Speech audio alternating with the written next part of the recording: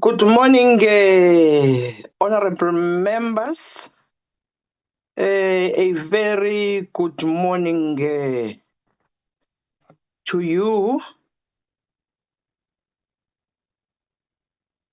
Good morning, members of the executive, the officials of the department, if already connected, our parliamentary staff, members of the public who may be following us during this meeting, the media that may be connected, the people of South Africa and beyond.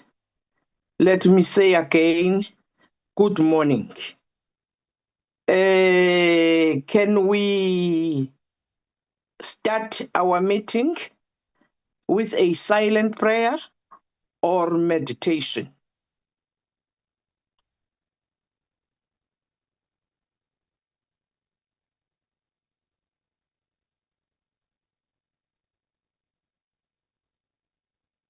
Thank you very much, honorable members.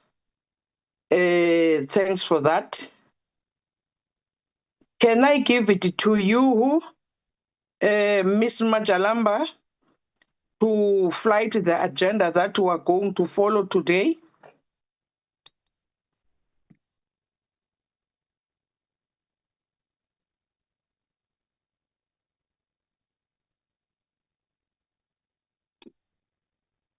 There, the agenda is, honorable members. We've started at 9:30. It will be the opening remarks and welcoming, followed by attendance confirmation of the committee members and apologies, followed by presentation by the National Department of Health on its annual report. There comes discussions, and then we close the meeting. Honorable members, I will then put off my video for better connectivity. I have proven beyond doubt that I am not a robot. I am this human being who's chairing this meeting. The agenda has been flighted. I will wait for indications for comments. If the honorable members do approve the agenda that has been flighted by Ms. Majalamba, I will wait for hands, honorable members.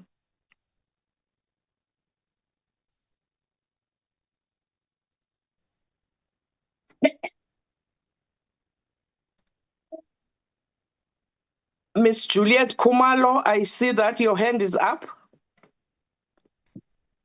Thank you very much, Chairperson. Good morning to your good self, to honorable members, to our officials.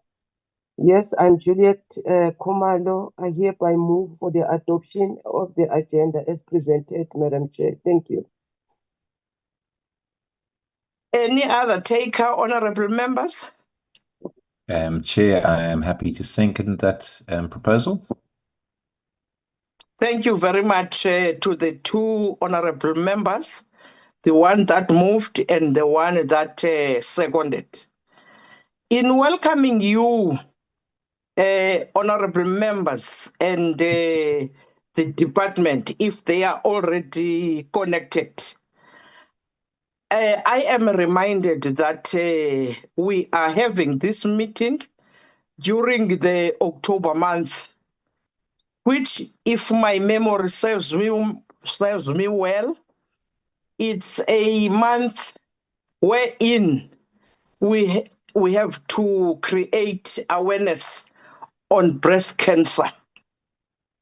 I think let me also encourage the health society, including non-governmental organizations, to continue to do that awareness about that life-threatening disease. and also invite community members to participate in those awareness campaigns. Yes, breast cancer is life-threatening, but it does not mean the one who have just been diagnosed is going to die tomorrow. Those awareness campaigns are for giving hope to those that are living with breast cancer and a remembrance to those that have died with cancer. I invite all women of South Africa, including girls, to do checkups and also mammograms. It's good to see the symptoms earlier, but let's be together, all of us as South Africans, against this disease. With those words, honorable members, I welcome you to this meeting. This meeting has been planned for this day to have the Department of Health, the National Department of Health, to table its annual report in front of us, so that as honorable members, our keen interest of making sure that the funds allocated to appropriated to the department are utilized effectively and efficiently according to the prescribed legislation.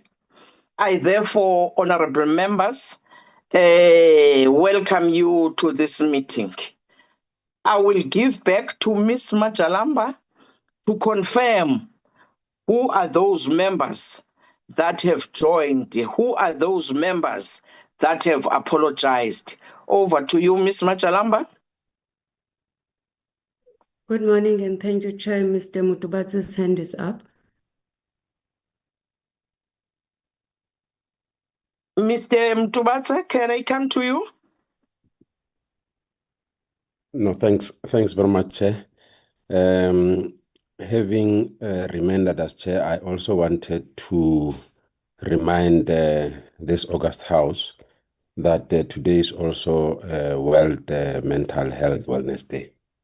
So that at least we, ourselves as a committee, we remind ourselves that we have a more task to support this important action. Thanks, Chair.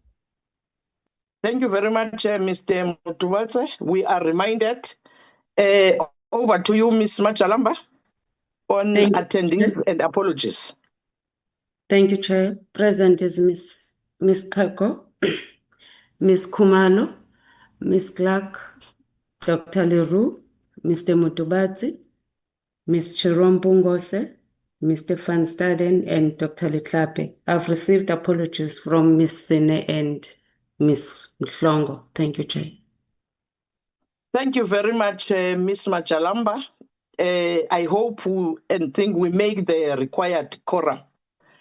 Honorable members, let me remind you that this meeting, though it's a virtual meeting, it's conducted as if it's happening in the precincts of Parliament. So the National Assembly rules will all the times apply.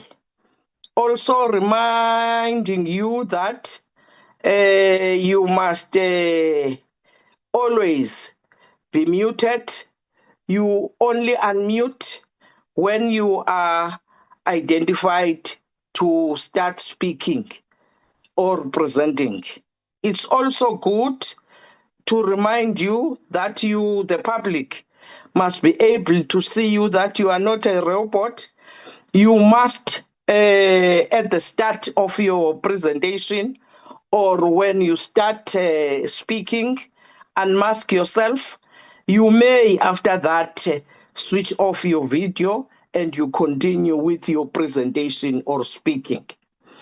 I therefore come to you, Ms. Majalamba, to establish whether or not the department is connected before I give it to them. Make sure that you have given them the sharing rights. Make sure that the one who's going to start and those ones that are going to present are connected. Can I establish that, Ms. Machalamba? Yes, Chair, they are connected and I've granted them the co-hosting rights. They are led by the Minister. Thank you, Chair. Thank you very much, Ms. Majalamba. Minister of the National Department of Health, good morning, leadership. Let me welcome your delegation of the department as led by yourself. You are welcome to this Portfolio Committee of Health of Parliament. That time has come that you are expected to account as the department, that you are expected to table your annual report that talks to your performance as the department. The Portfolio Committee and the public have a keen interest in making sure that the monies appropriated to the department have been utilized effectively and efficiently. And also that the performance that you proposed that you will fulfill have been fulfilled. You have met your targets, and also you have been audited. Also that whatever you will be reporting about will be a true reflection of what has happened during the year under review. With those words, leadership, I will first give to the minister to do whatever, but the platform is yours, Minister. I welcome you with your delegation in front of this Portfolio Committee. Be reminded of the meeting rules that you have to be in a place that will make you audible right through the presentations.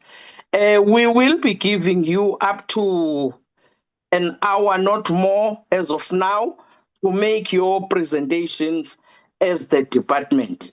Over to you, leadership, to take the stage. Thank you very much.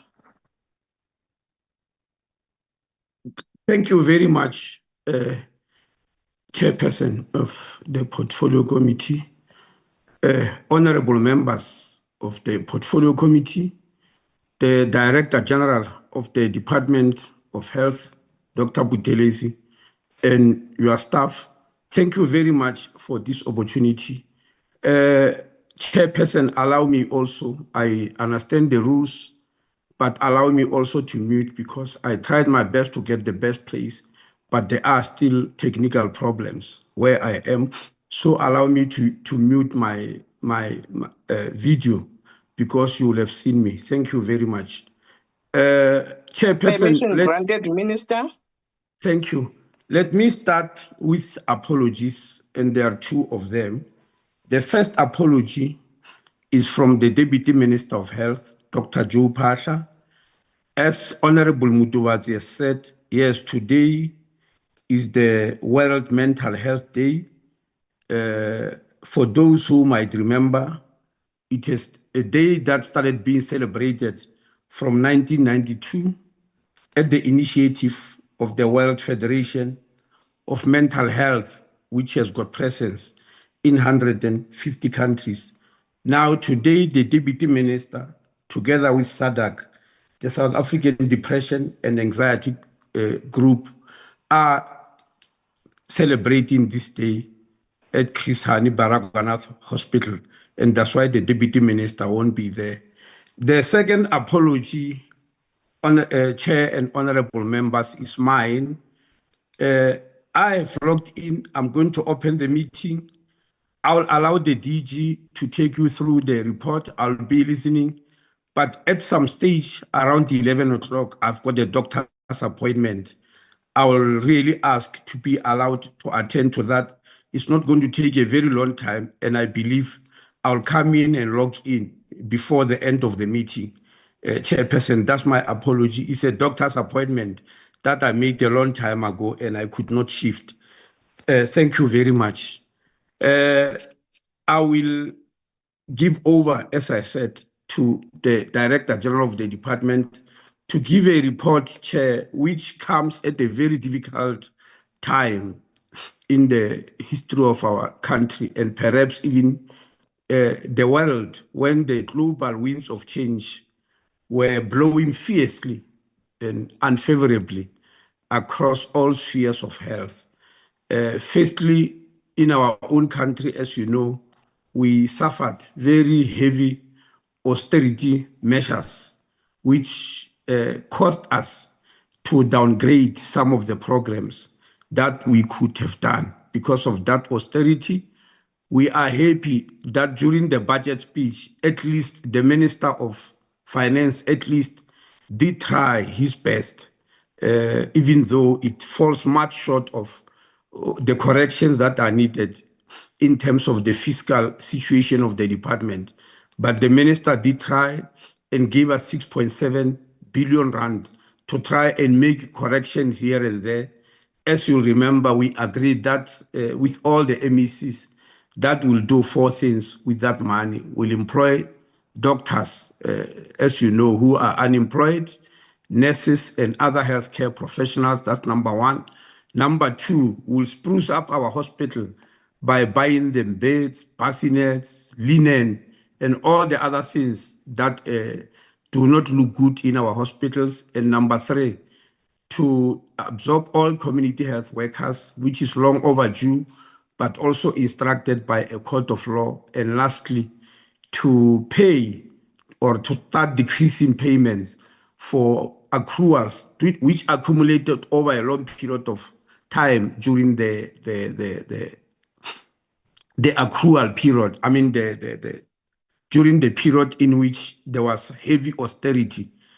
That is the first thing. The second thing, you know, towards the end of this financial year, there were fierce winds of change, especially in the HIV sector, in that one of the big funders of the sector, which is the PEPFAR, the American PEPFAR, pulled out of all the health financing around the whole world, including ourselves.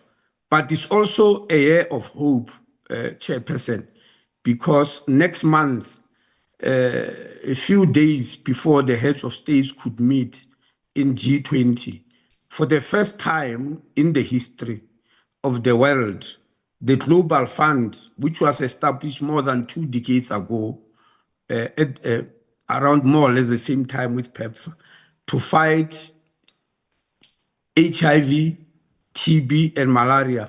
Every 3 years, it has got what is called a replenishment round.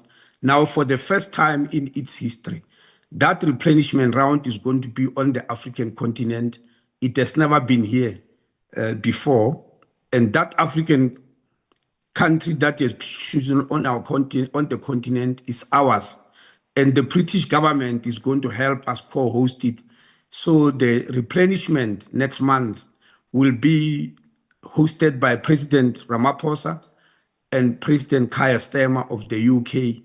And we are hoping, there's a hope that 18 billion American dollars will be raised to help the world to fight TB, HIV, AIDS, and malaria. It is our last resort in that the issues of PEPFAR, you all know what has happened. We've all reported to you. But we also remind you that Treasury did try its best by giving us 750 million rand as a stopgap measure to try and fight these diseases so that we don't move backwards. So, Chairperson, these are the background through which we are presenting this report. And you all know also that we've been hosting G20 this year. We've had several meetings. We are now left with the meeting of health ministers of G20, where we'll also invite all the African ministers of health. That will be held in Limpopo on the 6th and the 7th of November it's also a very big day for South Africa. We want many members to know, and because some of you might find yourself participating in one or the other, I don't know how, but it's a very important day. With those words, honorable members, I will give to the DG to take us through the report, and then from there back to the chairperson, but somewhere around 11, I'll have to duck out to attend to the doctor's appointment and immediately come back. Thank you very much. DG.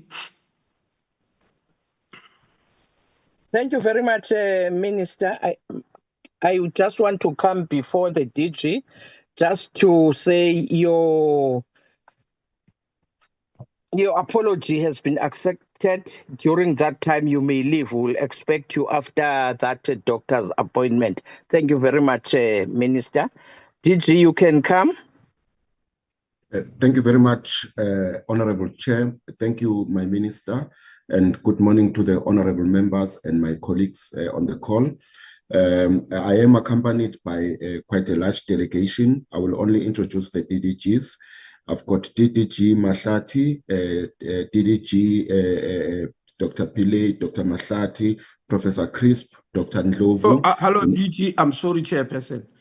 I think DG, it will be important to mention what are the DDGs for, because honorable members don't necessarily know. When you introduce a DDG, you must tell them why is the DDG here and what is he going to be doing. Thank you very much, Minister. My apologies, Honorable Chair. So we've got DDG Dr. Percy Mahlati, who is DDG responsible for hospital services and human resources for health, including emergency medical services and also forensic services.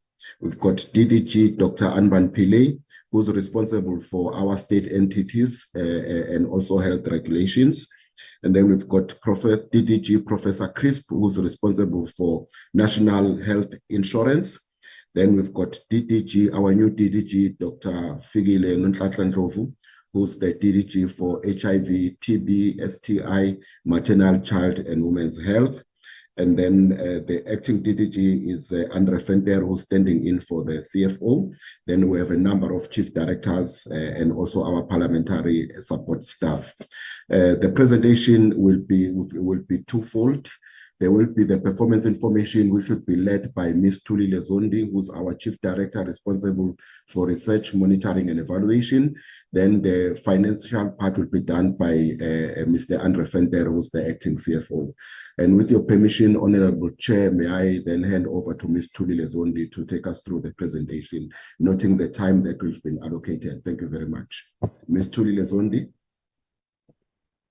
Thank you, DG. Good morning to the Honorable Chair, the honorable members, Honorable Minister, and the managers on the call.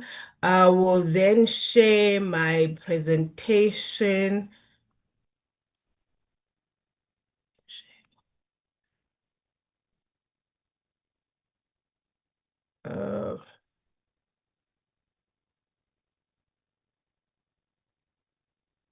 Okay. Sure. It looks okay. We've got it.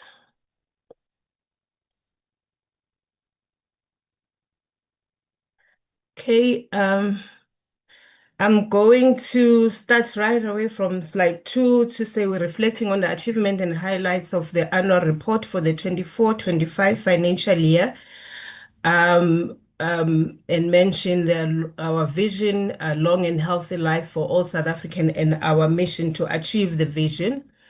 And indicates that as we develop the next 5 years plan, which ends in 2030 and 2029, we have done a great deal of ensuring that there is alignment between the NDP 2030, the medium-term development plan 24-29, as well as the presidential health compact that is also mentioned. So I'm not going to go into detail with this background slide. So remind the chairperson that we have got 6 budget programs that I'm going to go through each one of them, how we have performed. So the first one being administration, program 1. So in terms of our performance on this program, we had a target of unqualified audit opinion for 23-24 financial year that we have achieved. And the next one, we had 0 invoices paid after 30 days of receiving valid invoice from suppliers, and we achieved 99.8% of the invoices that were paid within 30 days. And the challenge really here had to do with delivery notes that did not reconcile for 3 payments, bank details, as well as the quantities that were less and the invoice that was not confirmed on time. That has now been addressed. And then we had a target of 200 health promotion messages on NDOH integrated platforms that we have exceeded.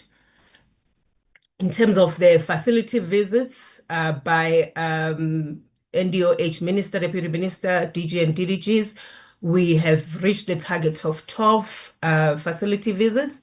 In terms of the community engagements, we had a target of 2, and we have far exceeded that target by 12 because there were more engagements in commemoration of Health Awareness Days.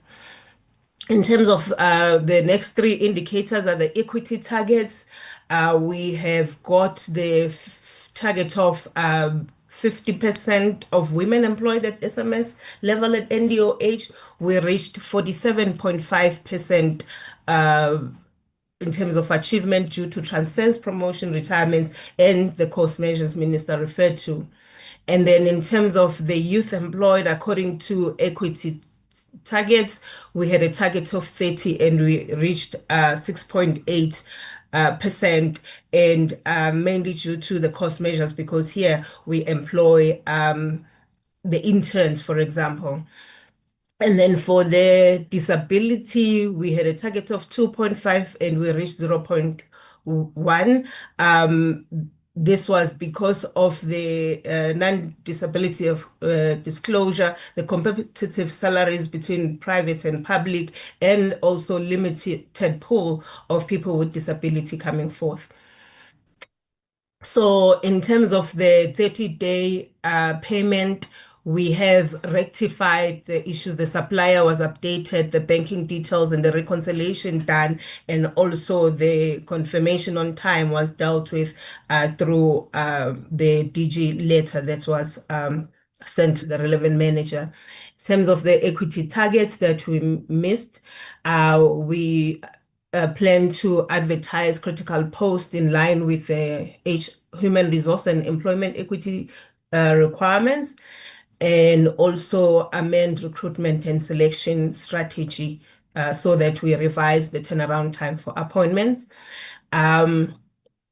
prioritize promotions for youth across various programs, and implement targeted recruitment for people with disability. In terms of program 2, the National Health Insurance, we had a target of 9.5 million parcels delivered to pickup points from the Central Chronic Medication Dispensing and Distribution program. And for this target, we reached 8.9 million parcels. This was partly because of the fact that we increased the cycle. Instead of 2 months, most of the patients were moved to 3 months supply, but also the issue of the United States government withdrawal did affect us. And then the next target was on the accreditation framework for health service providers submitted for National Health Council approval. And with this particular one, we have the draft, but it has not been submitted for approval. It was not yet ready due to delays in consultations. And the next target was on the draft capitation model and methodology framework developed, and we did achieve this target. The next target on the development of electronic medical record minimum viable product 1, focusing on TB and HIV, we have achieved this target. The next target is on the draft essential equipment list for healthcare service package developed, of which we have achieved. So in terms of addressing the issue related to Central Chronic Medication Dispensing and Distribution Program, we will continue to promote the 3-month supply, increase the number of patients on the program according to funds available. Moving to Program 3, the communicable and non-communicable diseases. The first target was on the 3.3 million HIV stable clients decanted to differentiated model of care. Then here we achieved 2.6 million, yes, and then we had a challenge in terms of missing this target with some provinces that had low decanting rates, Mpumalanga, Northern Cape, and Western Cape, and some of the provinces actually did regress because they had done better during the year, but as year went by, we realized that there were poor treatment adherence rates.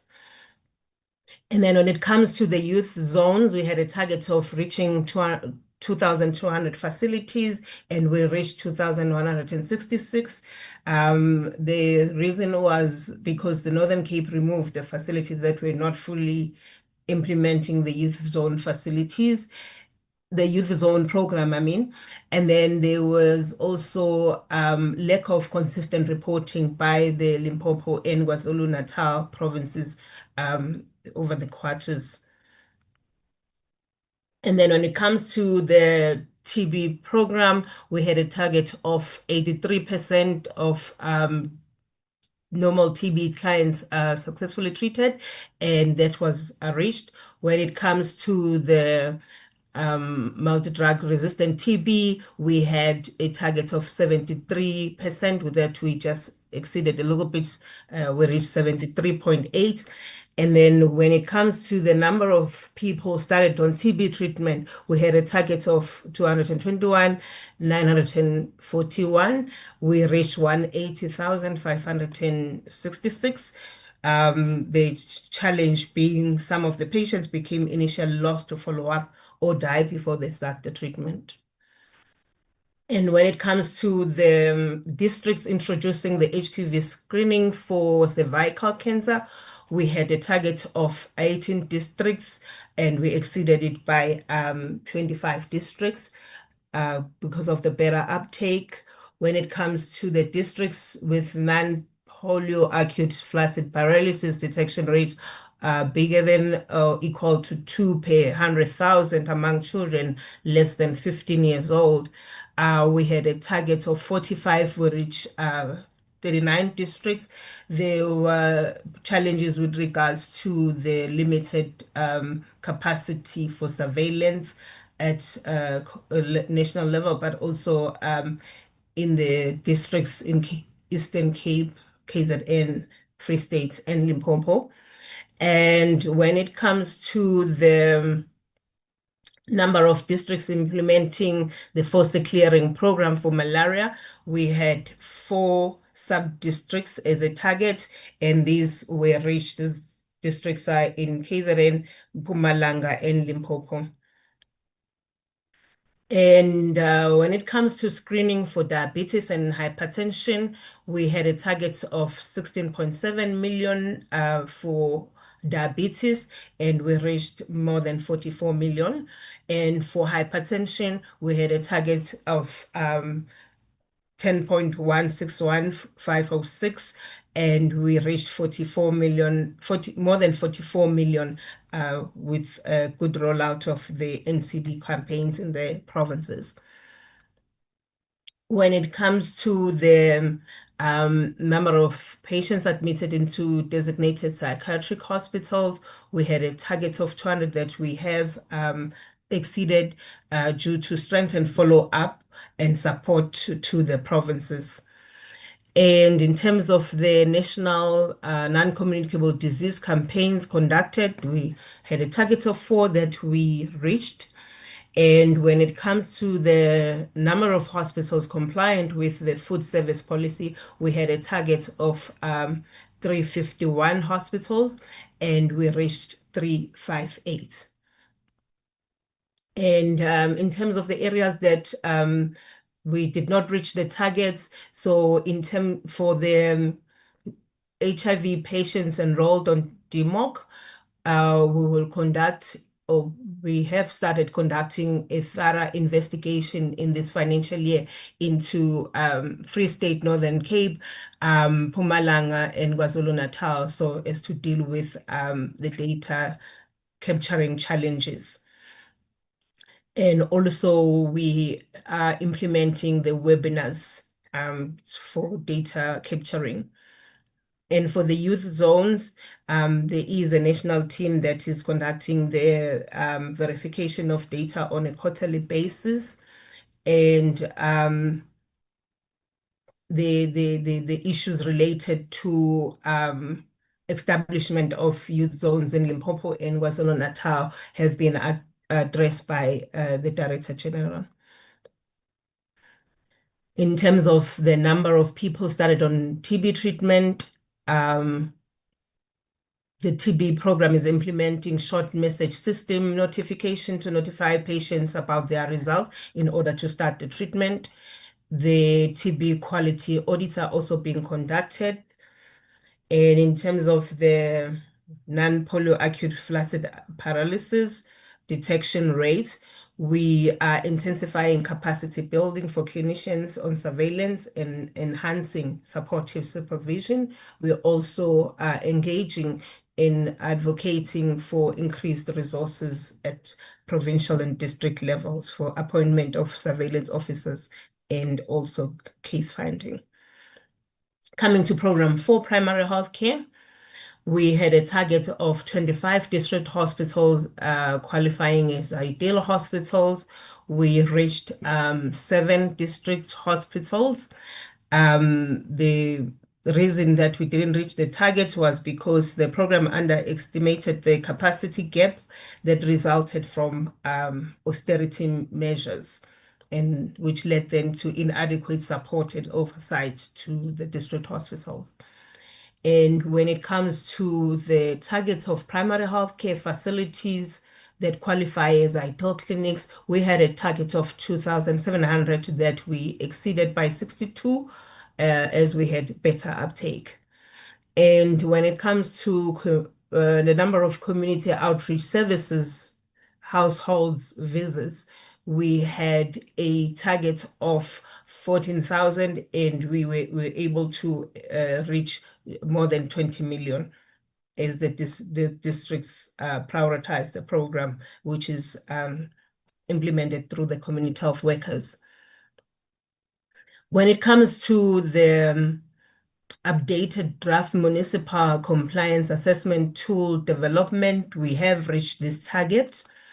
And the next target is about the metropolitan and district municipalities assessed for compliance to national environmental health norms and standards. We had a target of 10, and we were able to reach that.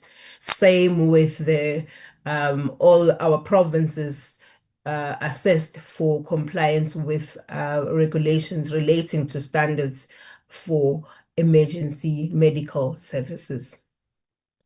So in terms of overcoming the issues related to ideal hospitals, we will prioritize the filling of the vacant posts in the district health services sub-program during this financial year to augment the capacity. Coming to the Program 5, hospital systems. So we had a target of the draft hospital strategy finalized, and we were able to develop the draft. However, when it was presented to the National Health Council TEC, it was recommended that the provinces should develop the implementation plans, therefore then which then delayed the finalization of this draft, as we still adding the provincial plans for during this financial year. For the target of National Health Quality Improvement Program, we had 100% of our hospitals.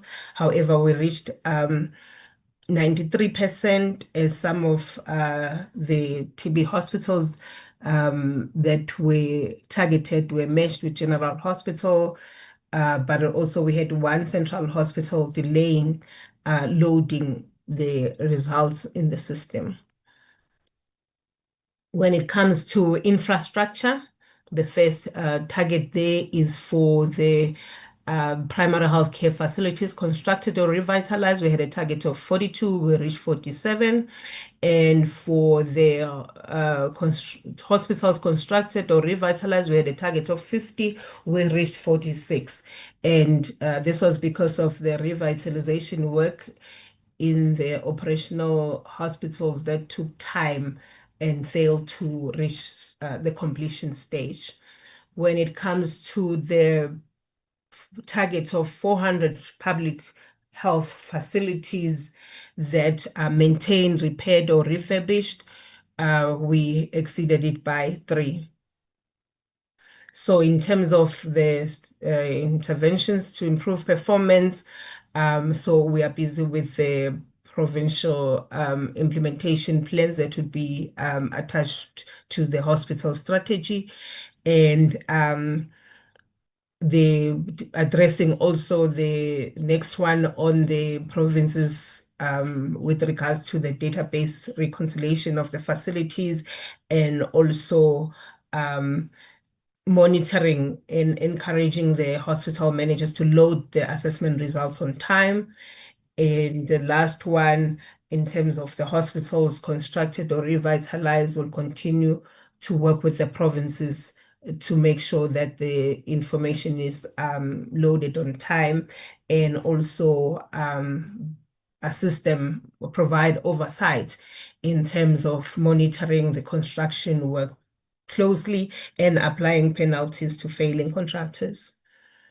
The last program, Program 6, Health System Governance and Human Resources.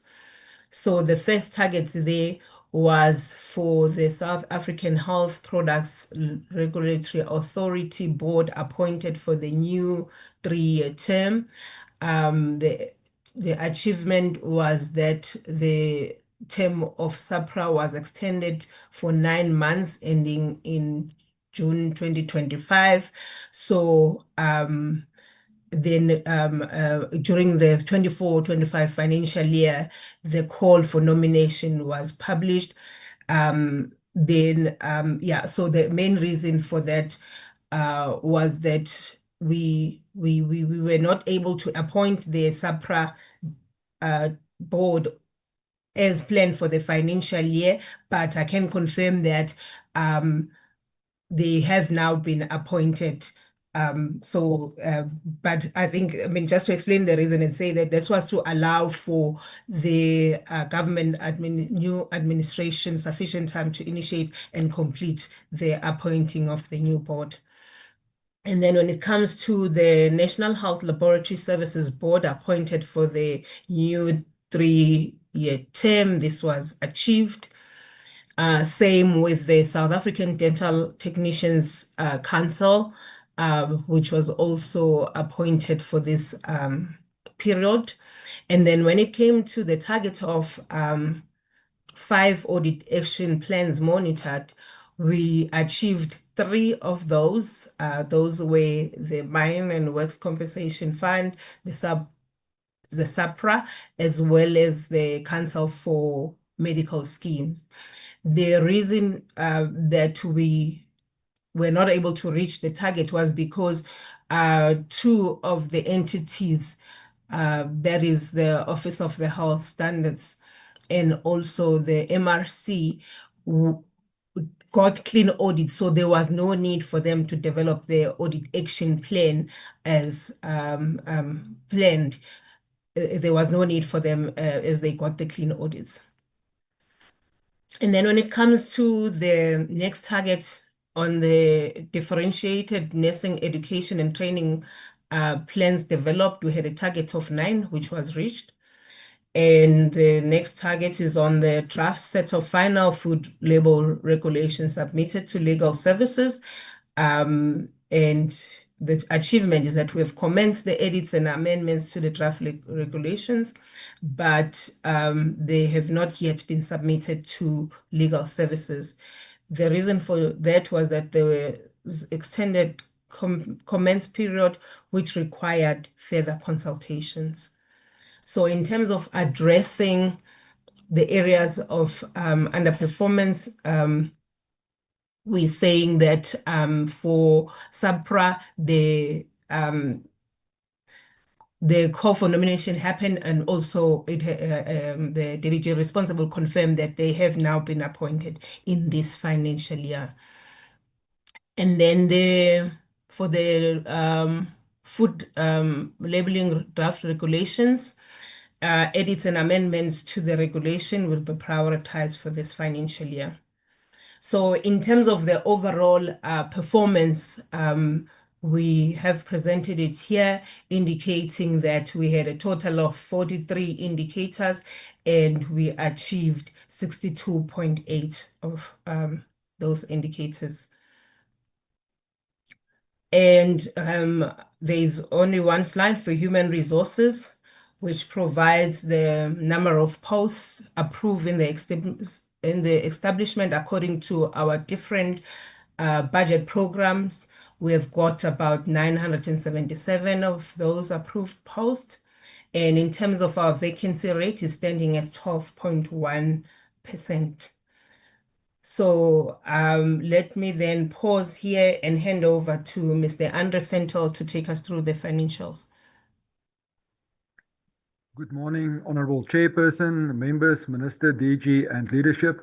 Let me start off by confirming, Honorable Chair, that I am not a robot. Unfortunately, my desktop computer in the office does not have a camera, and therefore I cannot project myself on the screen. I hope that that will be in order. Unfortunately, my notebook is also not in service, so I have a challenge with that as well. Chairperson, if I'm allowed, let me then proceed. You can proceed. Thank you, Chairperson. My apology once again. The budget appropriated by Parliament for the 24-25 financial year, Chairperson, was 62.225 billion rands. The National Department was able to use 99.45% of the allocated budget and recorded an expenditure amounting to 61.882 billion rands. Honourable members will remember that government is on cash accounting basis of accounting, and that's invoices from suppliers and contractors not received before year end will not be processed against the budget for that financial year. Therefore, the amount of 343 million rands indicated as funds still available is not an actual saving. The larger portion of this amount represents the cash which could not flow before the 31st of March because in some instances the invoices for approved contracts and projects were not received before year end, and it was received after year end, and that forms the accruals that I will indicate a bit later on. Chairperson, overall, the department was able to maintain its expenditure level of around 99.5% compared to the 23-24 financial year, and this indicates that the department is in a position to utilize the funds allocated by and appropriated by Parliament for the National Department of Health. Chairperson, if we move to the next slide, which is the economical classifications, here we look at how the budget was allocated across the economical classification areas. Members will notice that 93.5% of the budget of 692 million rands was for compensation of employees was utilized. The reason for all of the funds not being used was the longer processes to fill our vacant positions due to the processes introduced by National Treasury. There was a necessity for them to introduce processes to try and contain the salary bill of government. So, Chair, that's one of the reasons why we have a slight underspending on COE. And then for goods and services, Chair, the department was able to utilize 87.4% of the allocated budget of 1.626 billion rands. If we can move to the next slide, Chair, I will quickly indicate what are the main reasons for the underspending or the not fully utilized on the goods and services. The procurement of the Microsoft professional services was still in the quotation phase. The tender process for the information technology security solution conducted through CETA was delayed. And unfortunately, we had to re-advertise that tender because we could not find a suitable bidder for that service. Then, Chair, 65 million rands was committed for our communication strategy. Only 45% could be utilized by year end, and some of the campaigns and communication projects are still ongoing. So therefore, the invoices will be received in the new year. Then, Chairperson, 58% or 84 million rands committed for the Council for Scientific and Industrial Research for the NHI information system contract was utilized at year end. Once again, this is an approved project and not completed, and therefore the amount was committed and the invoices will be received in the new financial year, and this will also form part of the new year's expenditure. Chair, and then on the purchase of capital assets, the procurement of the information technology equipment for NDOH and provinces could not be finalized by year end, and therefore we had to record that as an underspending on that specific item.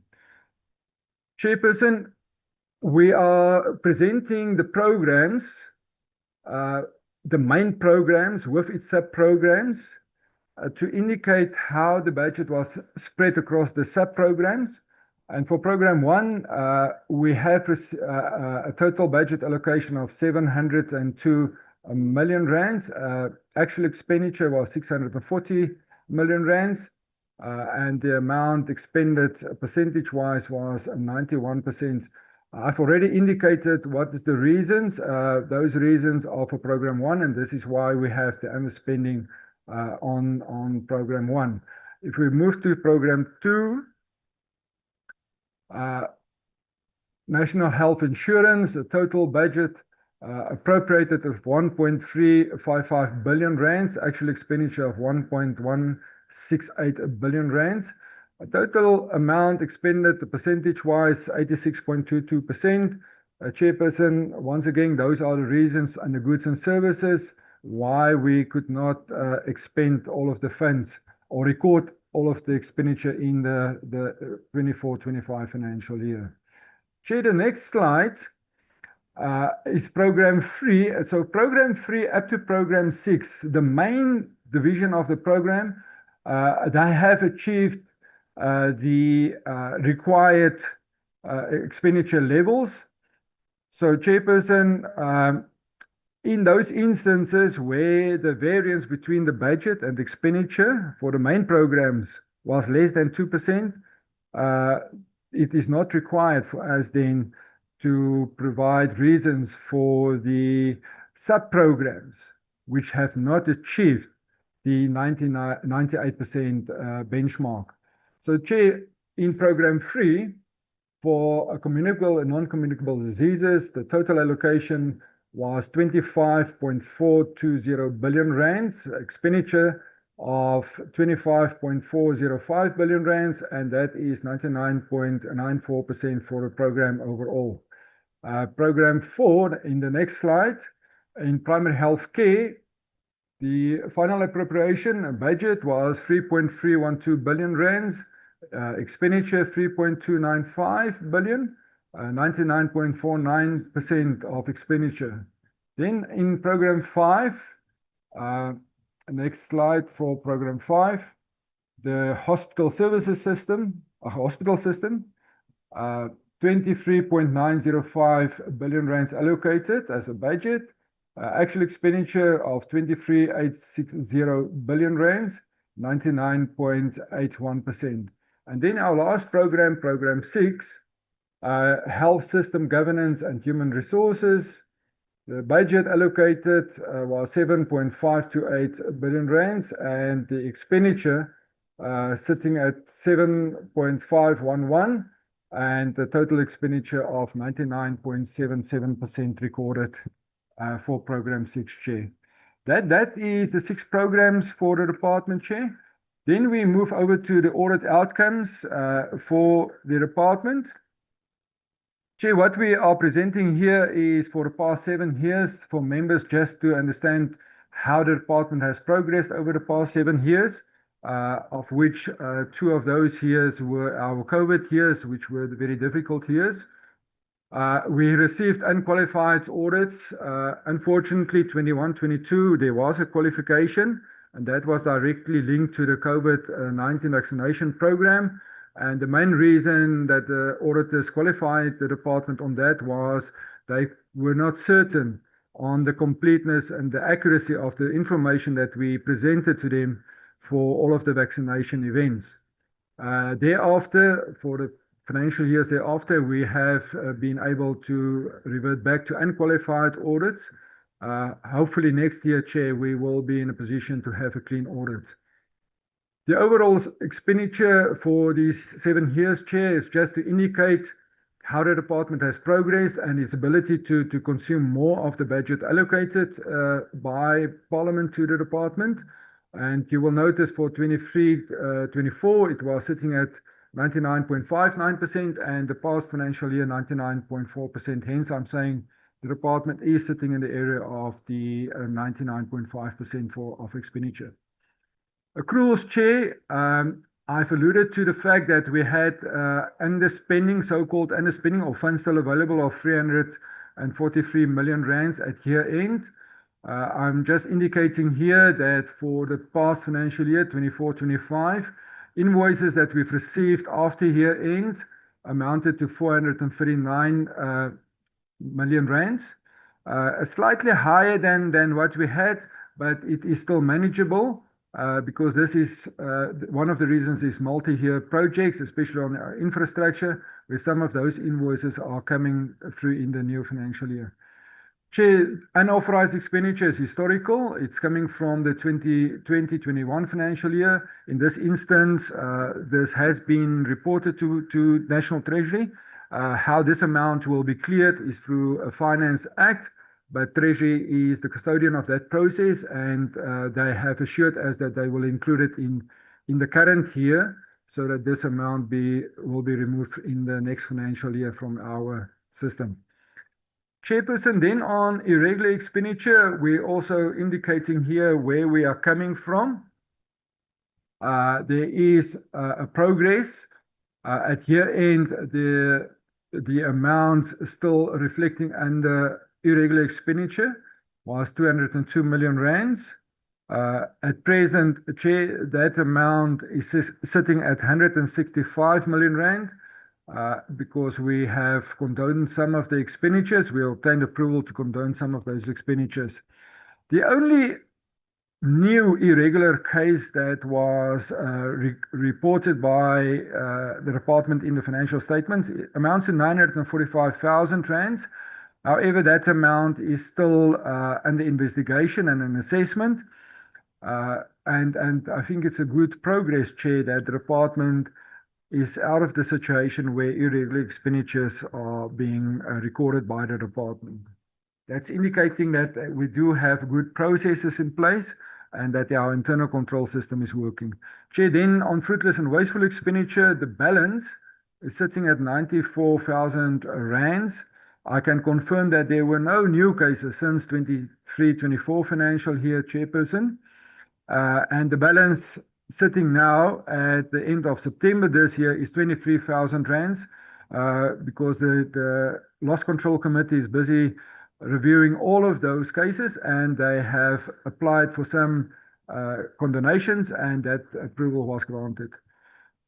Chairperson, we can move then to the conditional grants. Overall, Chair, the conditional grants spending is sitting at 99.4% or 56.6 billion rands against a total adjusted budget of 56.9 billion rands.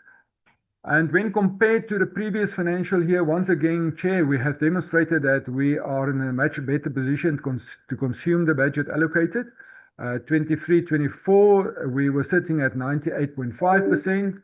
And for the past year, it's sitting at 99.4%.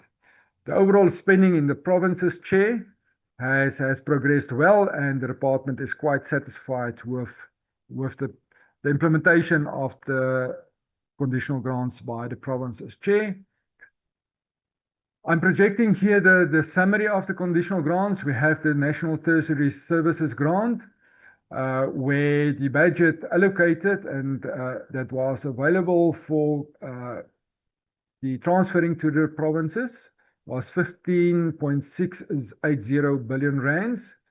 Out of that, Chair, the expenditure recorded is 15.392 billion rands with a total spending level of 98.2%. Then we have the district health components grant, Chair, which consists of two components, the HIV and AIDS component and the district health component.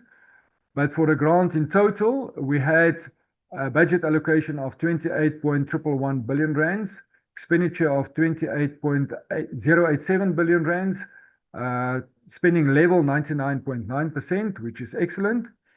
Then we have the health facility revitalization grant, Chair. Total allocation was 7.165 billion rands, and then the expenditure sitting at 7.168 billion rands. A slight overspending of 3 million rands, Chair. However, that over expenditure of 3 million rands will be absorbed by the relevant province, because we at National can only transfer the amount appropriated to the provinces. So we cannot transfer more than what was appropriated. Then, Chair, we have the Statutory Human Resource and Health Professional Training Grant. Once again, two components. We have the Statutory Human Resource component, and then we have the training component within that grant. But overall, the total budget allocated was 5.532 billion rands and expenditure of 5.507 billion rands. Once again, a complete expenditure of 99.5%. Then lastly, Chair, the National Health Insurance Training Grant, which is a small grant at this point in time. However, it will grow in future. The budget allocation was 471 million rands, 462 expended, and that gives us a total expenditure of 98.1%. Overall, Chair, out of the conditional grants, which was 56.962 billion rands, 56.620 billion rands was expended with a total percentage of 99.4%. Chair, the next slides is just to indicate the grants, the individual grants, how it was allocated to the various provinces. I think of importance here, Chair, we can notice that the total allocation for the National Tertiary Services Grant was 15.680 billion rands. I've already indicated the expenditure of 15.392 billion rands. Overall expenditure 98.2%. Chair, Gauteng, we will notice that Gauteng had a underspending of a perceived underspending of 226 million rands, and that is basically due to the rollovers from the provincial side, which was added And if they have not received those rollover funds, Chair, then clearly that the Gauteng would have overspent on this grant as well. Likewise, with Northwest, they've received rollover funds from the provincial side, and they had a underspending or funds that could not flow to the amount of 40 million rands. Chair, we can move to the next grant, which is the district health component, district health programs grant, Chair. And here we are sitting with the two components as indicated, the comprehensive HIV and AIDS component and the district health component. Overall, Chair, once again, Gauteng received provincial rollover funds of 148 million rands.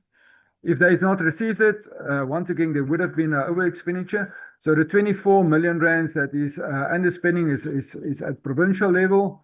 And that is purely because some of the invoices and projects could not be completed by year end. Overall, Chair, the expenditure is sitting at 99.9% for this grant, which is excellent. The next grant, Chair, is our health facility. Chair, I'm just indicating here what is the component within the district health component grant. So for HIV and AIDS, the total allocation was 24.8 billion rands. Expenditure 24.854 billion rands. Total expenditure of 99.9%. And then the next component is the district health component, sitting under the district health programs grant. Chair, the total allocation we received was 3.238 billion rands. Expenditure 3.233 billion rands, with a total expenditure of 99.8%. The next grant, Chair, is our statutory human resource and health professionals training grant.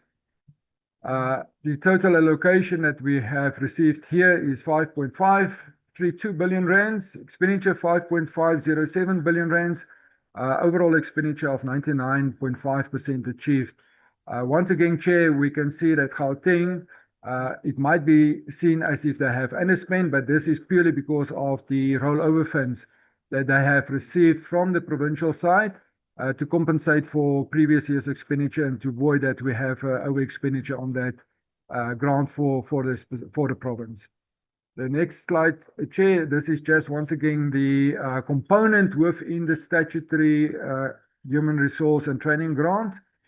So for the human resources component, we've allocated 2.566 billion rands, 2.592 billion rands was expended.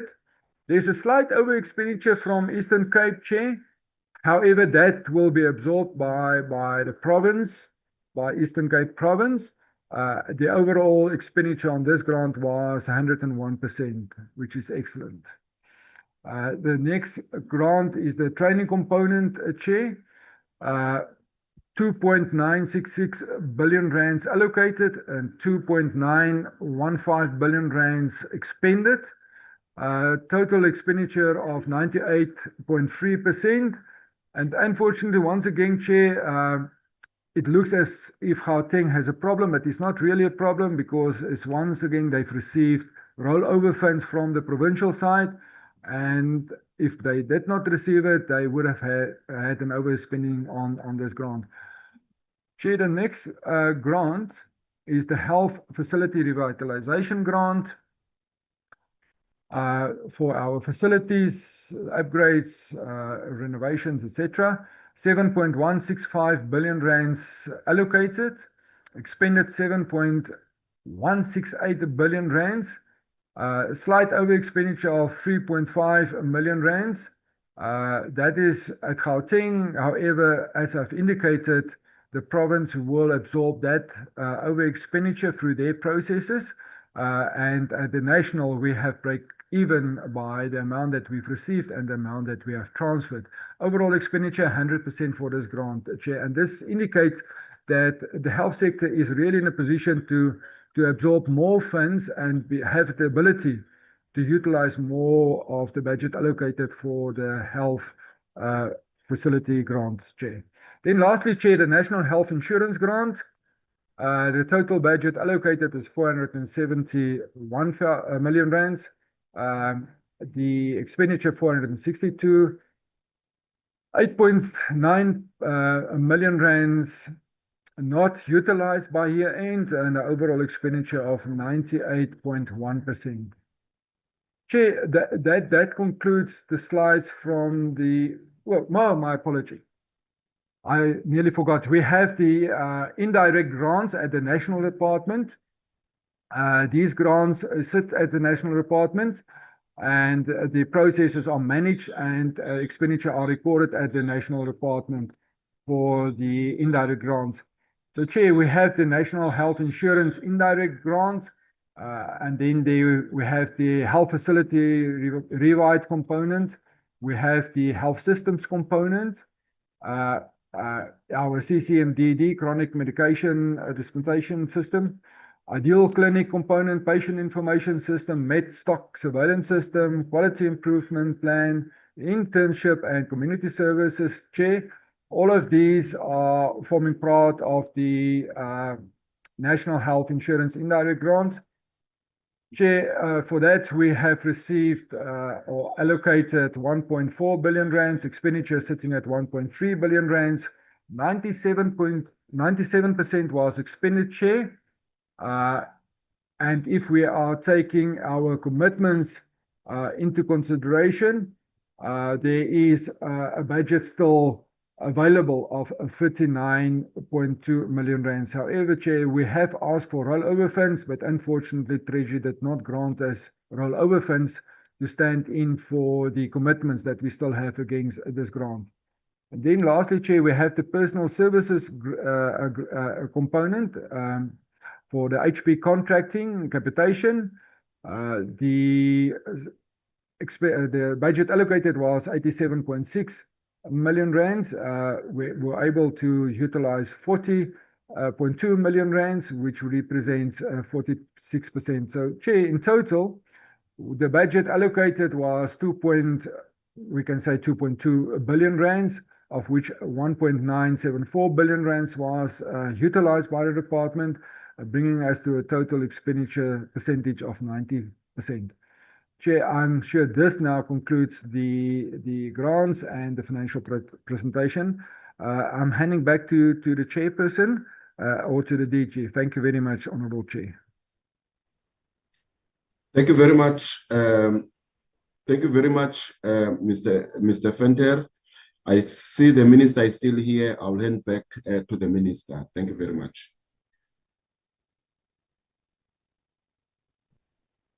Yes, DG, I've always been here. If you remember, my apology was for 11 o'clock. My doctor's appointment is at 11 o'clock in the next 20 minutes. So I'll still be with you, as I said, until 11 o'clock. That's what the chairperson agreed with me about. So I'll hand over to the chairperson for questions, Chair. Thank you very much. Thank you, Team Health, as led by the Minister, Dr. Aaron Motsoaledi. It is now, you were within your time in your presentation. That is appreciated. Can we therefore note the honorable members who would like to have a say, a comment or a question around the presentations? Let's start indicating honorable members. Myself and Vyokazi will be noting hands.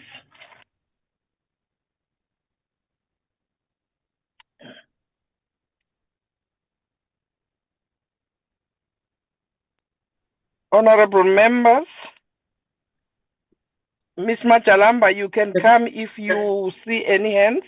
Yes, Chair. The first hand is Ms. Clark, followed by Ms. Khumalo, Yes. Ms. Chirwampungose, Yes. Mr. Van Staden, Yes. Dr. Leroux, Yes. Mr. Motubadzi, and Dr. Lihlape. is the last one.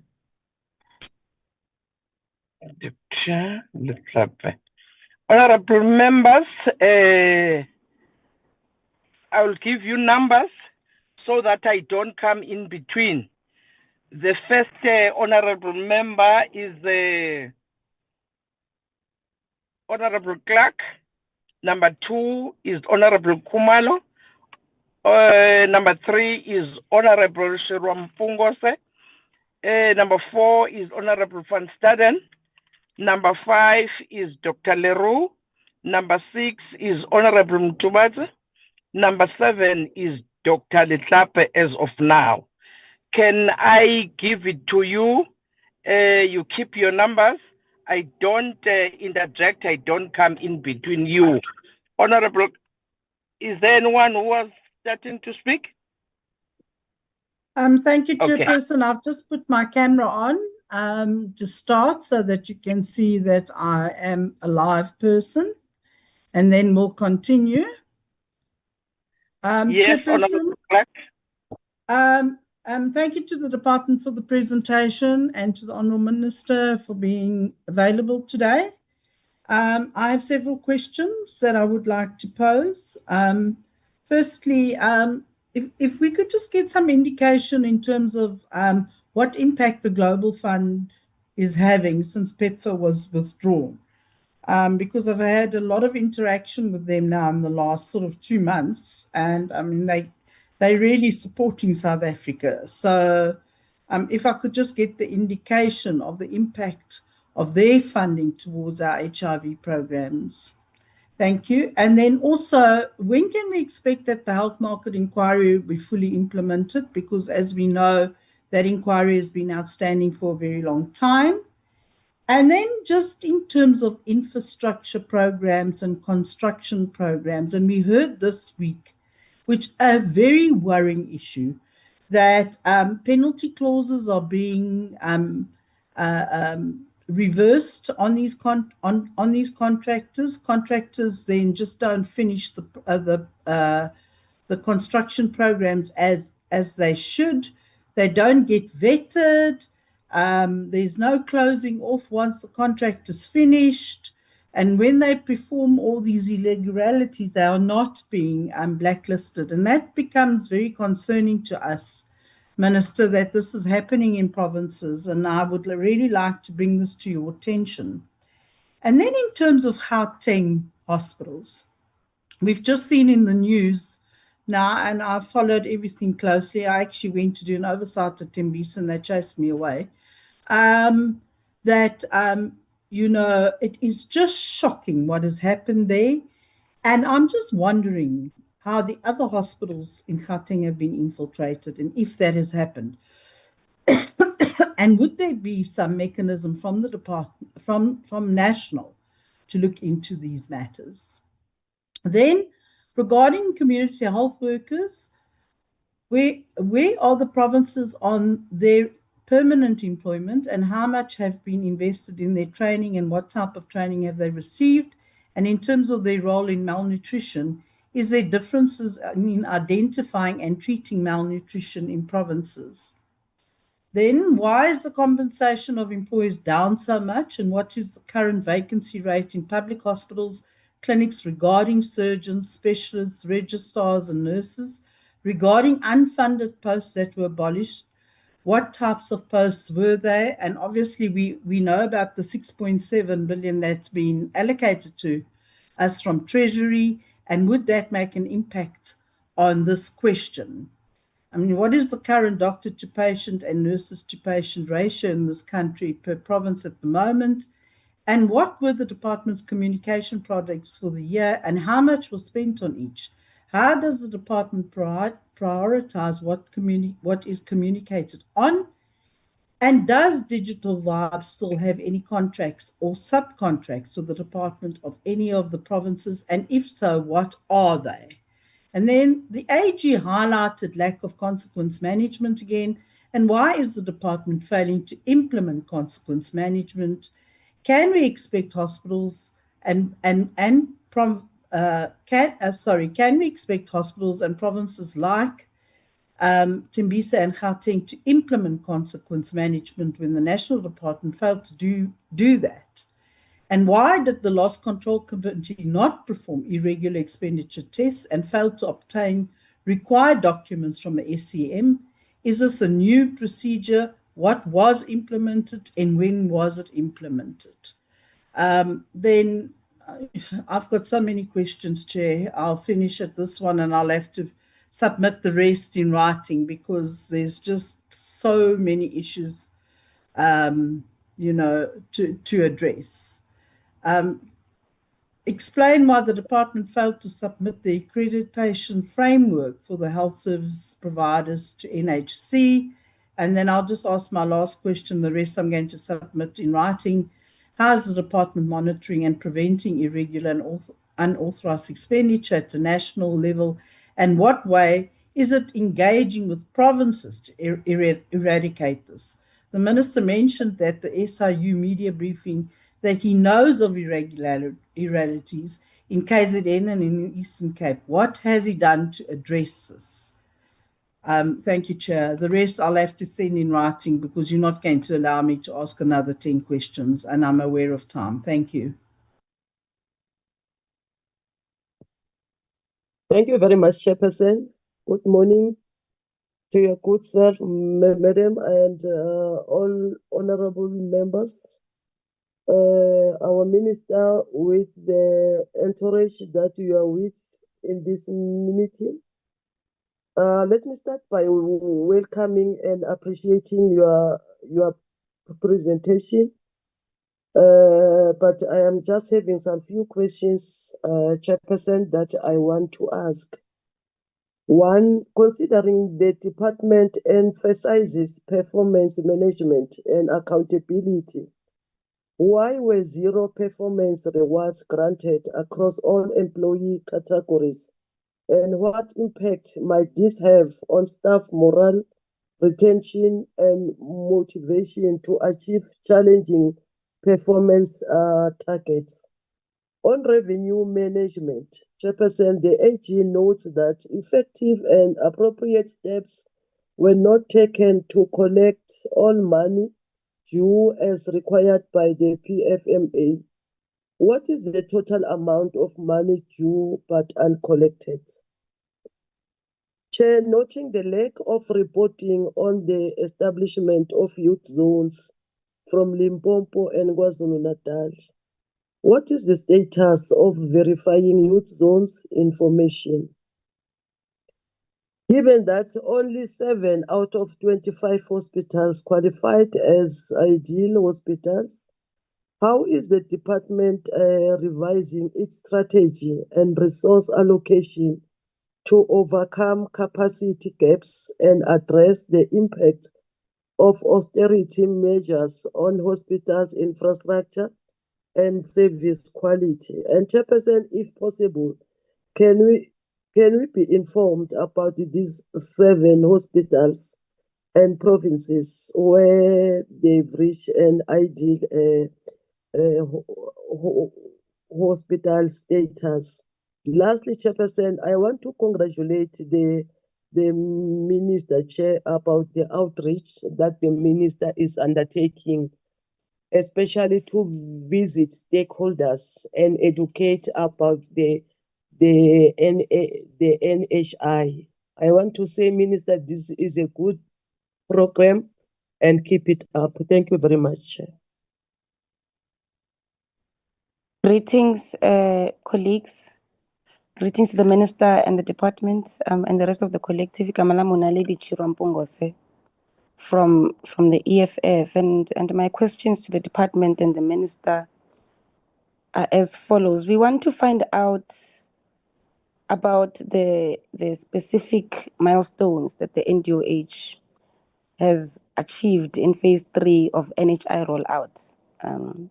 For contracting private providers and finalizing the Medical Schemes Act amendments, and how many South Africans have accessed NHI-funded services to date? How many have accessed it to date? If there's delays that persist due to ongoing court cases, what are the contingency plans that are currently existing to avoid further erosion of public trust. And I think this is important, Minister, because the department is in the news every day for all the wrong reasons. And I think as a committee, as the EFF, we are particularly concerned with how this department has turned or has been a cash cow for criminals, for thugs, and there has to be much more accountability on the part of the minister of what is being done, not only to protect the coffers of the state, but to also analyze how this has impacted access to quality healthcare and to take full responsibility and accountability, because we have been ringing the alarm for so many years, even raising our fears with how this NHI is going to be rolled out. And then we find that the marker for implementation is still a just CCMD delivery, a very menial task. That even with that one, you are setting very low targets for yourselves and not reaching them adequately.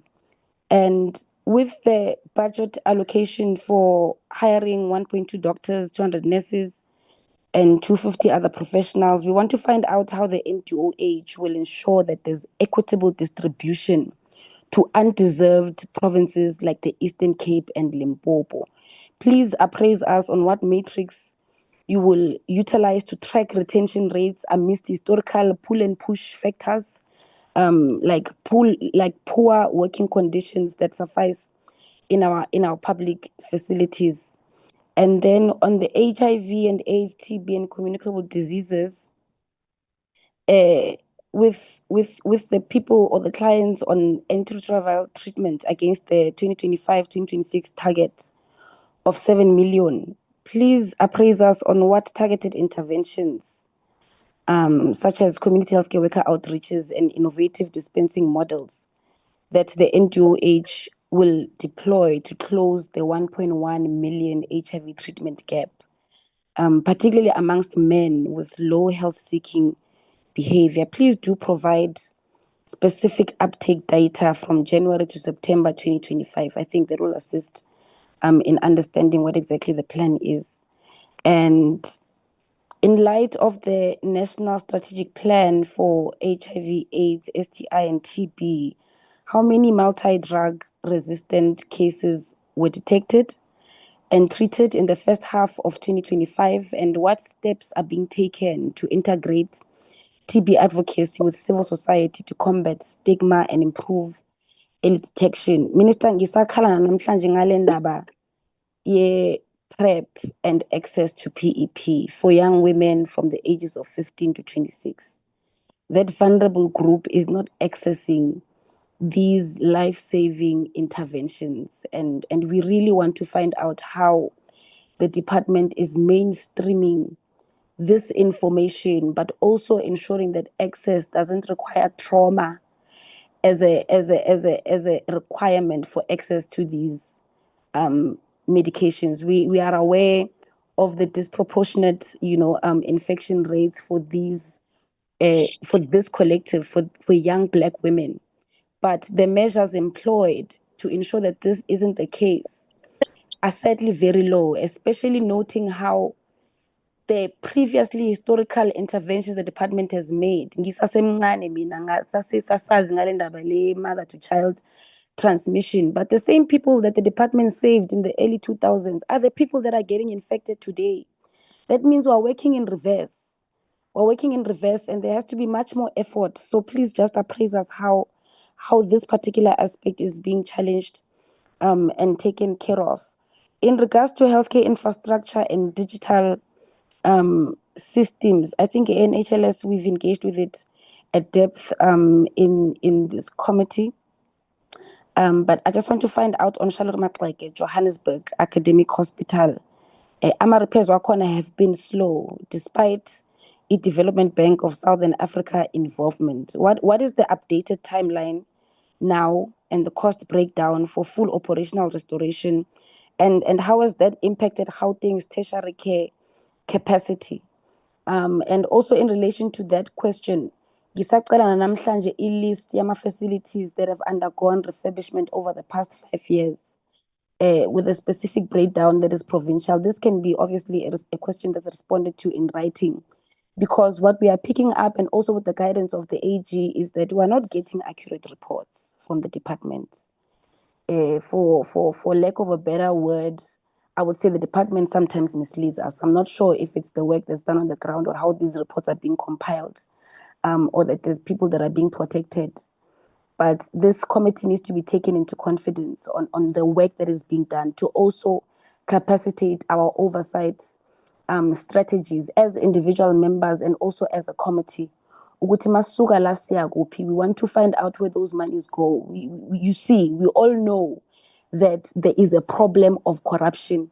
Nikhipha amathenda, niwa terminate, kungene enye ithenda, terminate. It's a criminal syndicate, in short. And this is no longer hearsay. This is no longer an allegation. It's on the news right now as I speak to you, that this is what's happening in the department. And I'm just going to sum it up. I think the other members will touch on the other questions as well, because Maningi, and there's also a lot of gaps in your presentation as well. But I think that one of district hospitals was covered by the previous speakers. We want to find out what other steps the NDOH is taking to operationalize the NHI. The NHI is law right now, and holding the department also in collaboration with Treasury is of utmost importance. We're no longer debating, is this the right way to go? It's law now. And particularly regarding the establishment of the NHI fund and contracting units, what are the timelines of these milestones?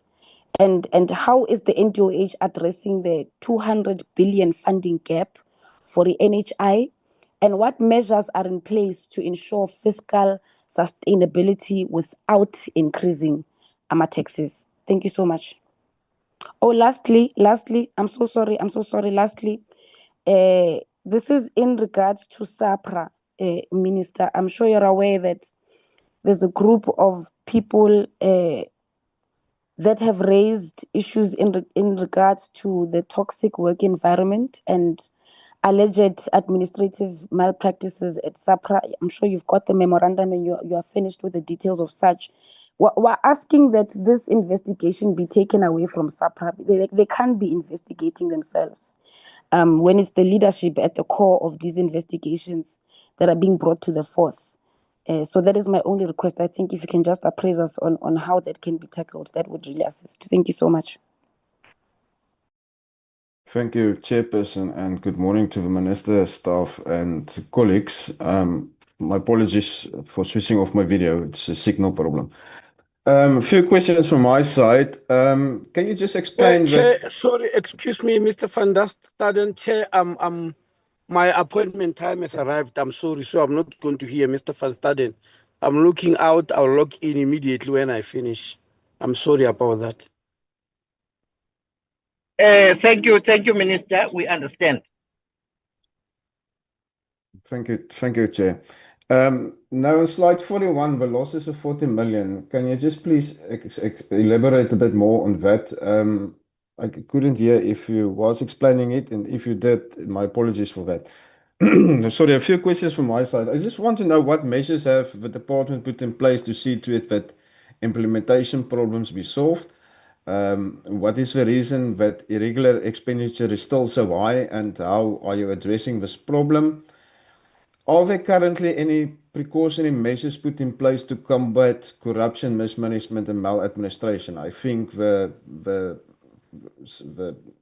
happening at Mbisa Hospital with a looting of 2 billion rand this past week that we have seen in the news and which we have dealt with, and that the cartels is now putting their focus on the Northwest Health Department, or trying to put their focus on the Northwest Health Department as well, is a bit concerning.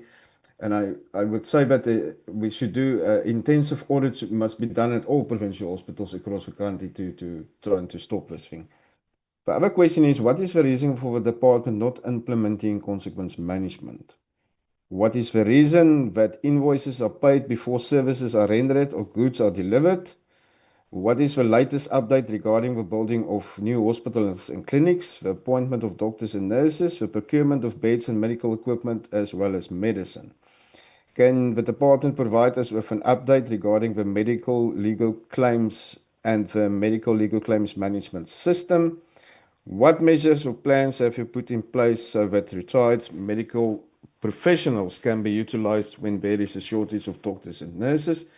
Can you provide us with an update regarding the medical interns that have not been placed at the hospital or a clinic, and how many must still be placed for the practical training? And the last question from my side is, Chairperson, if the department can provide us with an update regarding the emergency services, do we have enough ambulances in the different provinces? And if not, how is this problem addressed? Thank you, Chairperson.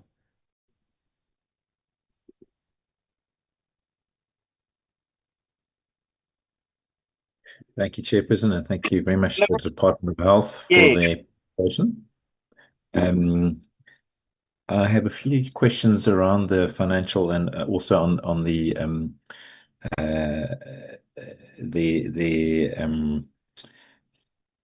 assessments and the assessment of themselves. Just the first thing, in terms of the 202 million rand irregular expenditure that was mentioned by the Chief Financial Officer, could I just get a little bit more clarity about what that involves and where that irregular expenditure was, where that happened? The second question is just around some of the performance indicators that you've gone through. There was some mention about the 3-month MMD, 3-month multi-month dispensing for ARVs, and that this is now becoming more common. I am concerned that we seem not to have seen very much reporting on the 6-month MMD, and there was a strong call from civil society and also from political parties that we make 6-month MMD available, and my understanding is that this is much easier to do now that we've got the 84 tablets 3-month dispensers of TLD available. Could the department just give us an indication when we will be implementing 6 months MMD? I think that that's a crucial thing to offload clinics, especially under the circumstances that we've had with funding from PEPFAR has been decreased. Also, just around the TB figures we've spoken about before, but again, I know the aim was 83% of drug-sensitive TB treatment completion rates, but the MDR TB rates are quite low, and it's also concerning to see that there are 40,000 people who we were expecting to diagnose in the past year who haven't been diagnosed. And just again, I'd like to get a sense of whether there are any plans afoot to do more active case finding, to do X-ray screening in populations, and whether we are considering using the community health workers that we are now employing to do TB screening in households where somebody has presented with TB to a facility. Should we not be doing a much more active approach in that way? In terms of the conditional grants, this is just a question for information, but those grants come from you to the provinces. How much control do you have over how that is spent? Are you basically giving it to the provinces and then they're reporting back to you, or do you? I know you said conditions for what they can be spent on, but does the department have any direct control over how that money is spent? And then, I think those are my main questions. My final question was around the screening of, I'm impressed to see that there's been, you exceeded both your targets in hypertension, screening for hypertension, for diabetes, but again, screening without linkage to care is obviously not really that helpful. Is there any indicator or of linkage to care? So when that screening happened, do we know how many people screened positive for diabetes and for hypertension? And do we know how many of those people have been linked to care? And should that not be part of the performance indicators going forward? Thank you very much.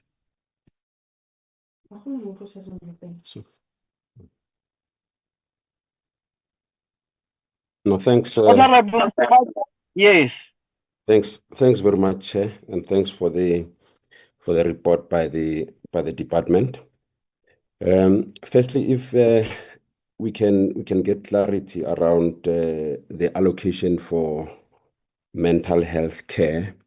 What is the general status in that regard? Secondly, we received a report earlier on when we engaged with the department earlier this year in respect of the migration after the PEPFAR withdrawal, that the department was migrating those patients, the files. What is the status in that regard? And thirdly, what is the general turnaround in respect of the appointments, of the filling of the funded vacant posts? Because I think there was a bit of a challenge in that regard, especially at the senior level, because the report was a bit thin. If we can just get a breakdown as to which post and what seemed to be the delay in respect of the filling of these vacant posts, that turnaround time will help us to clearly understand what is the situation. And generally, what is the status regarding the NHI readiness level? One, in respect of the appointment of the NHI board, which has an impact on the establishment of the NHI fund.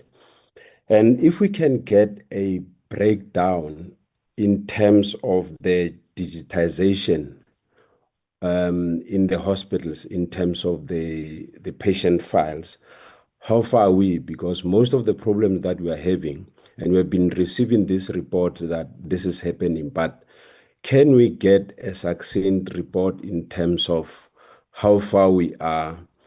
What is the percentage, province by province, how far we've gone? Because this has got a very serious impact in terms of us dealing with that registration of people who must be on the register. And yesterday we received a report in respect of the NHLS board. The chairperson reported yesterday that there's a challenge in respect of them being appointed in provinces. It's a very, different way of appointment.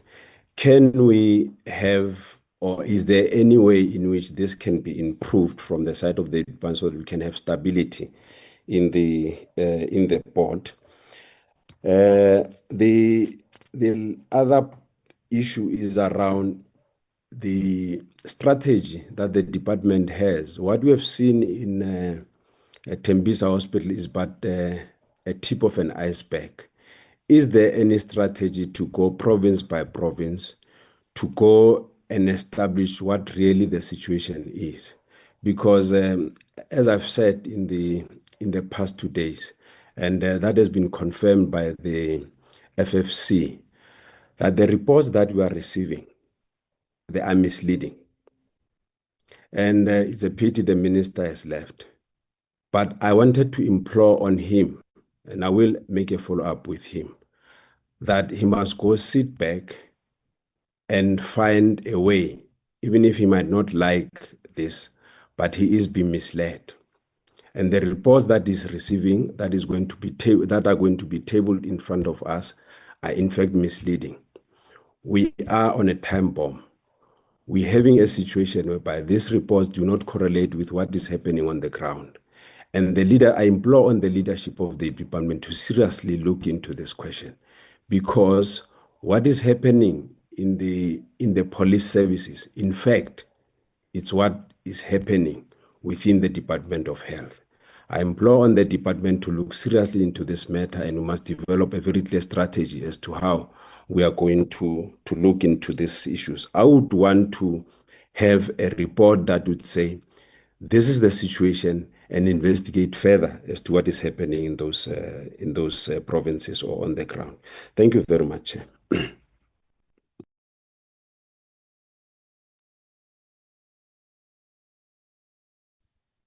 Dr. Litlape?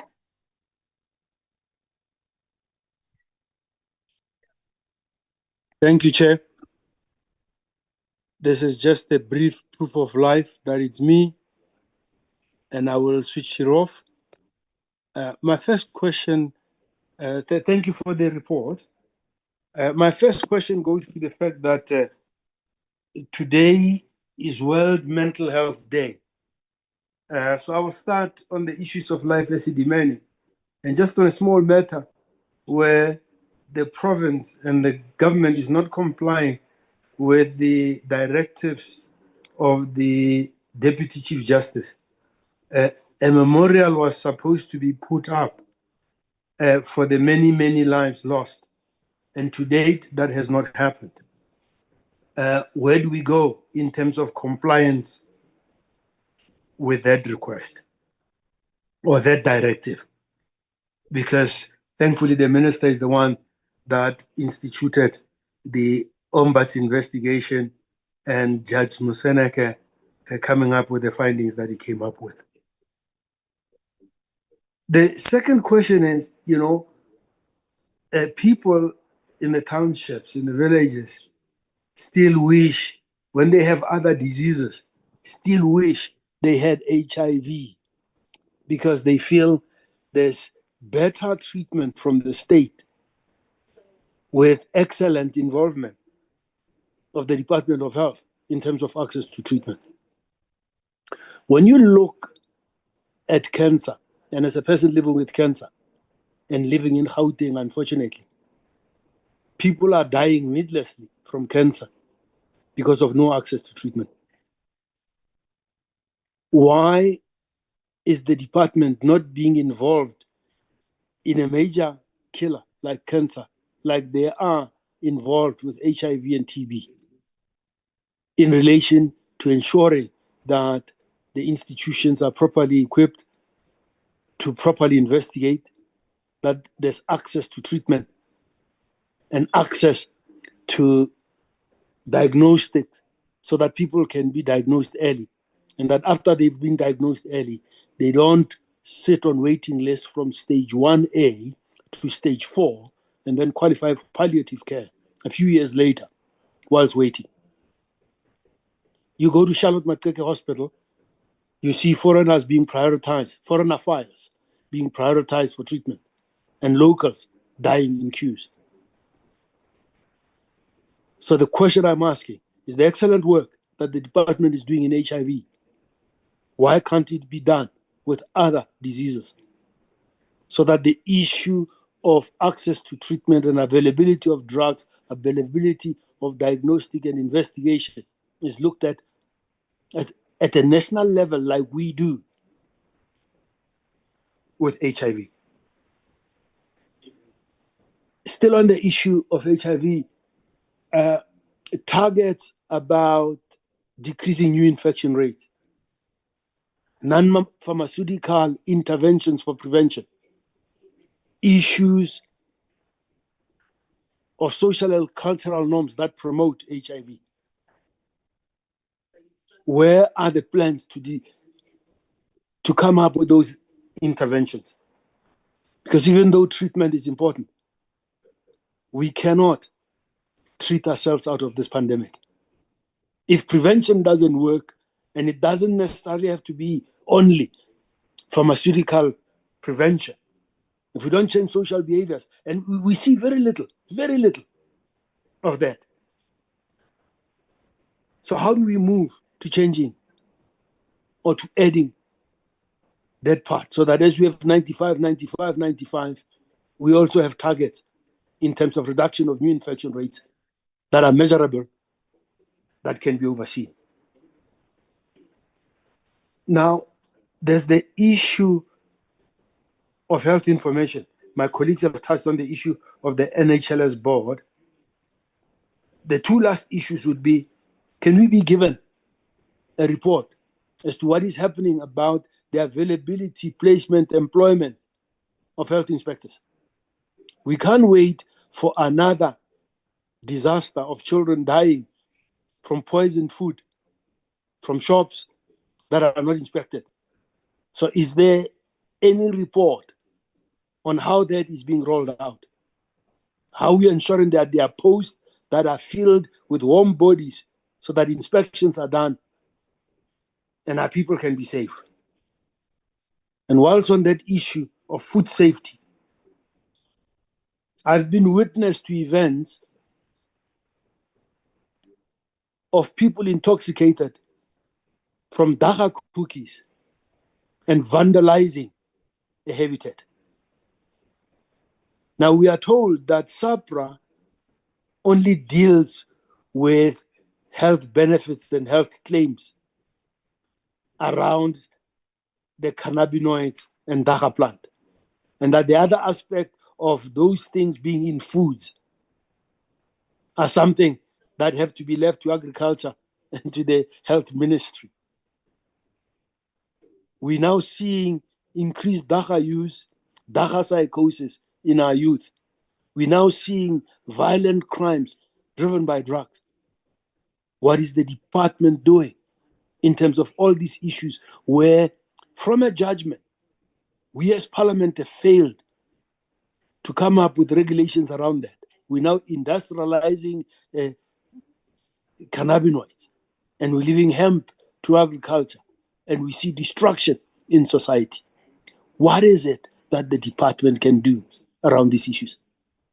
I mean, you walk anywhere in corridors, dagga and dagga derivatives, as I would call them, are being sold anywhere. And they say, no, this is CBD. Now we're having CBD everywhere. We'll soon be having CBD in infant foods. Where's the controls? Where's the department? Where's the cooperation with agriculture? Because we are now unleashing new drug regimens on a society of addicts that we are, with great harm to society. When you look at the mental health impact of THCs, cannabinoids, and the dagga conundrum, I ask for leadership from Parliament and from the department. Where are we in those issues? I will stand there, Chair. Other questions, I will probably send directly to the Minister, since he's not on the platform now. Thank you, Chair. Thank you very much, Honorable Klape, for that. Even other members can apply that system where you feel that your questions were not covered, and also you ran out of time when you were asking questions. You are free to send the questions directly to the Minister. There is a member that has got a connectivity challenge, Honorable Shabangu. She reported that, but I'm unable to contact her now so that I can take her questions. But from my side, let me start by appreciating the presentation by the National Department of Health. Also acknowledge the performance improvement, more so around the issue of 30-day payments of invoices. This is what we have been crying about as a portfolio committee, as we understand that the country is not doing so well. So those that have rendered services to the department must be able to be paid if everything has been submitted within that policy of government. I think we will get an improvement of that comma something percentage that you did not achieve. 100 is expected come year if all is with you from the service providers or whoever has rendered a service.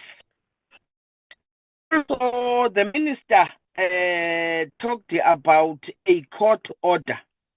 What I appreciated most was the initiative by the department to absorb the healthcare workers that have been there offering voluntary services.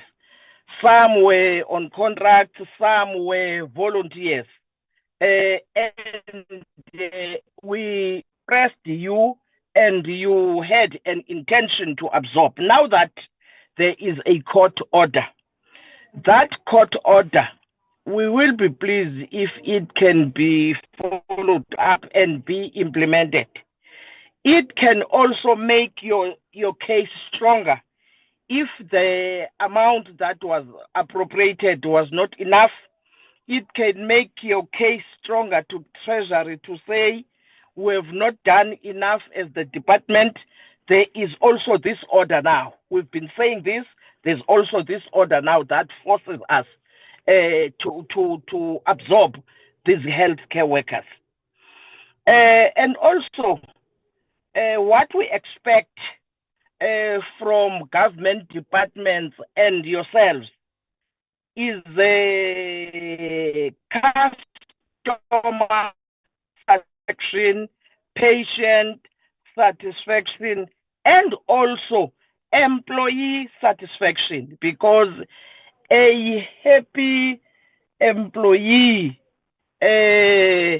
contributes much to the performance of that entity or government department. I received a sort of a report or a cry from an employee from KZN Forensic Pathology Services. It's about the non-implementation of resolution of 2017, resolution 4 of 2017. Can you, as a national department, follow up on that in a way of making an intervention, seek update, so that the workers there are clarified about the reasons for the non-implementation of this resolution? Because even you can also check other provinces if this resolution was implemented, because it may not be KZN only. There may be other provinces where it was not implemented. Coming to the findings of the Fiscal Commission around one of your entities, NHLS, which is also our finding that it is least performing. Can you come closer there? Because there's least performance and poor audit outcomes. They informed us when we were engaging them about a turnaround plan that have been adopted by their board. We advised them to also submit that plan to you, and we will follow them. When we get that plan from yourselves, we will try to do our oversight using that plan that they have adopted. I also recommend strongly that as a department, you have a systematic approach to oversee these entities so that we don't see the challenges at the tail end. Keep on, have someone and try to sort of interventions regarding your entities. Also, advising you or requesting you to implement the resolutions of the Fiscal Commission. They presented to us, they presented your story and the story of the various entities. We must guard against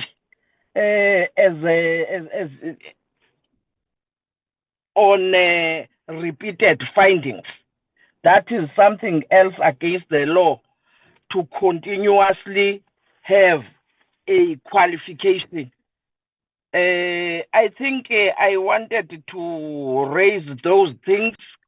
We appreciate your reporting. I come back to you, DG, now to respond to the issues as raised by honorable members. Back to you, DG. Thank you very much, Honorable Chair, and thank you very much to the honorable members for all the questions. As mentioned earlier on, we have a big team with us. With the approval of the chair, I would request that we start with on program 1. There will be 2 people that are going to answer.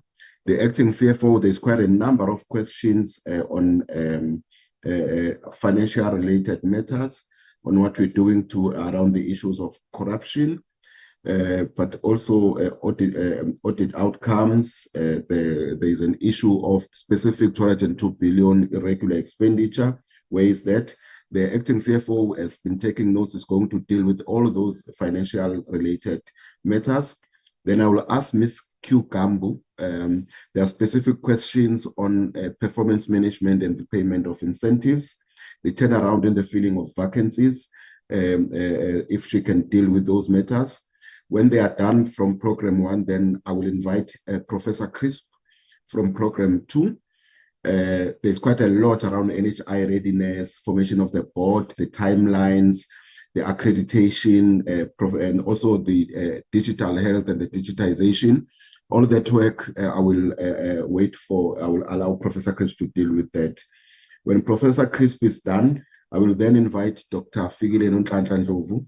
There are specific questions that relate to a number of areas, which on HIV, TB, specific on indicators, CCMDD, the targets that we have there, the 6-month 6 MMD versus 3 MMD.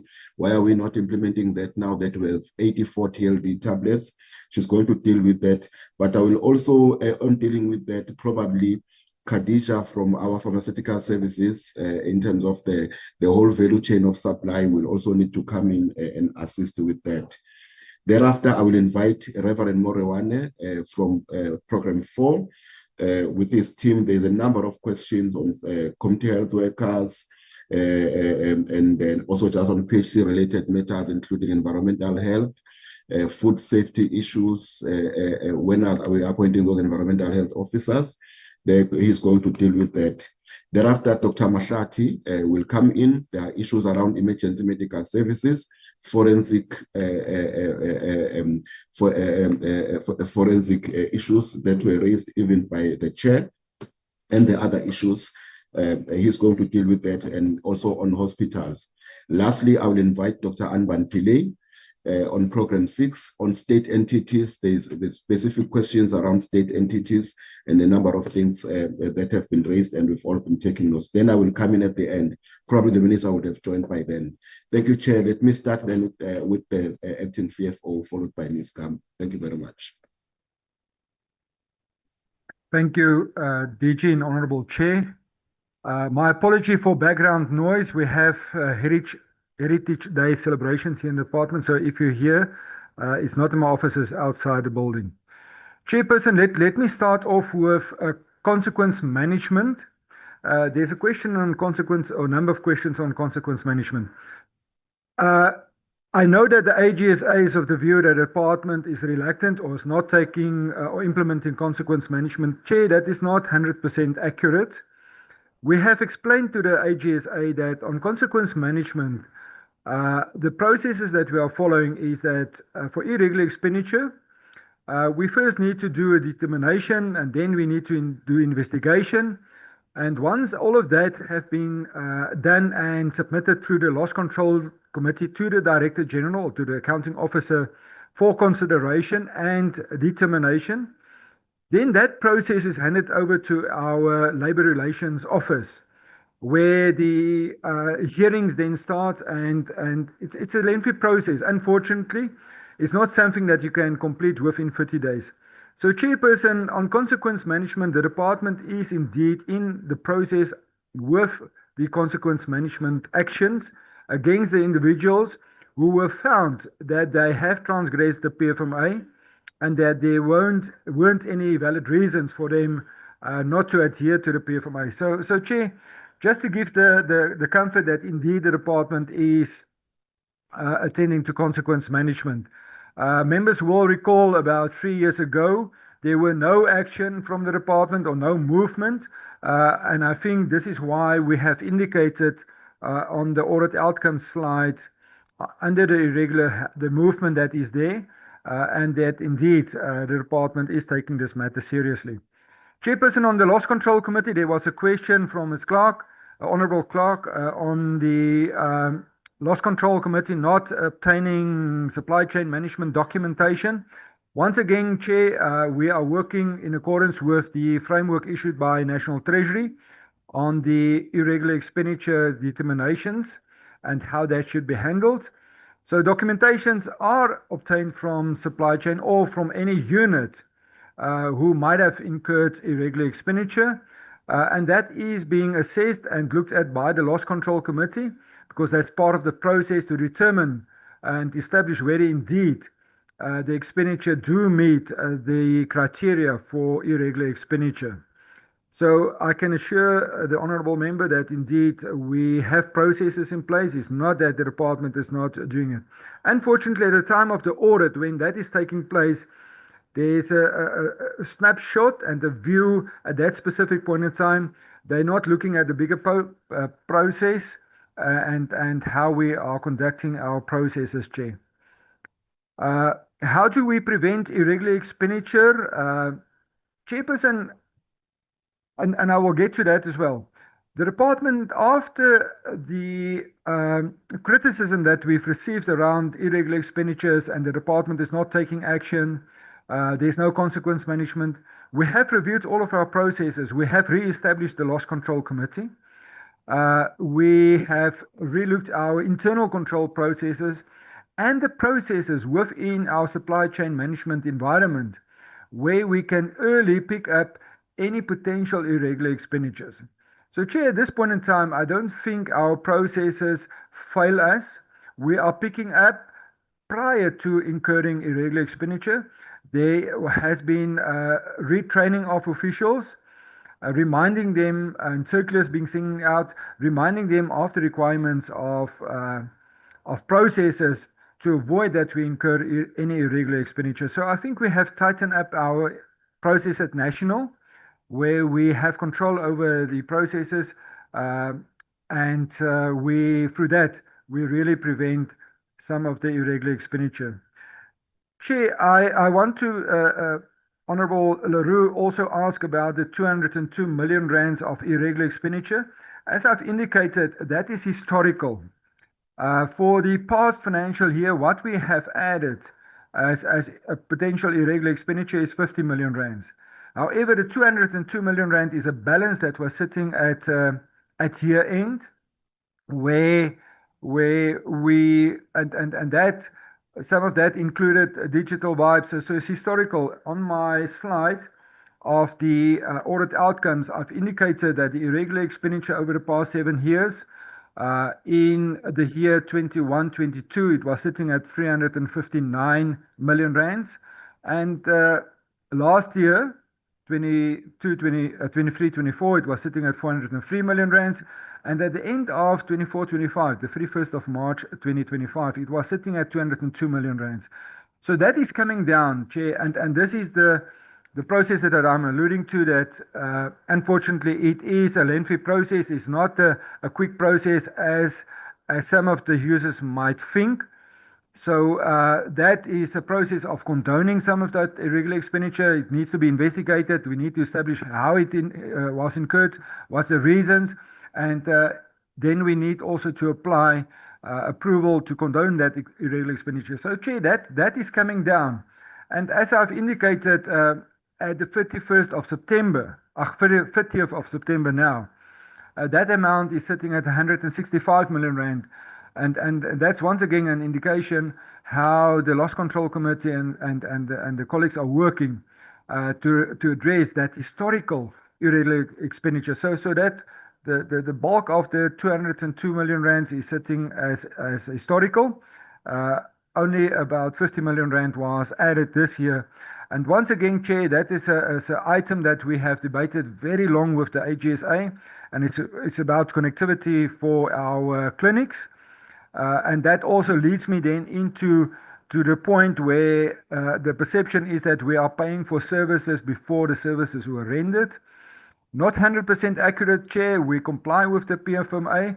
However, Chair, as you know, in our private lives as well, if we get a contractor to do something at our house, they might require upfront payment of a certain percentage, just to ensure that indeed they are not being taken for a ride, and that you will be ultimately requiring the service and will pay for that. So in some instances, if a tenderer put it in as a requirement, then we have, and a tender is awarded, then we have to adhere to that requirement, Chair.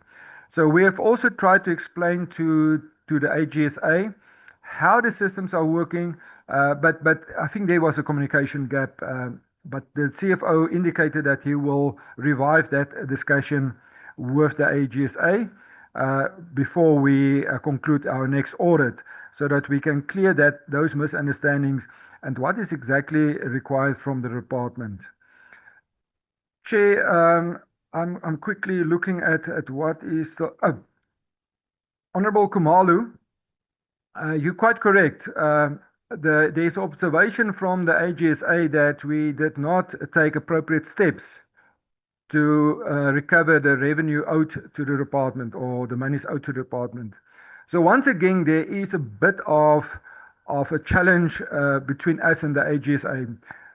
During the 23-24 year, we have collected 120 million rands, and this all relates to the COVID vaccination program.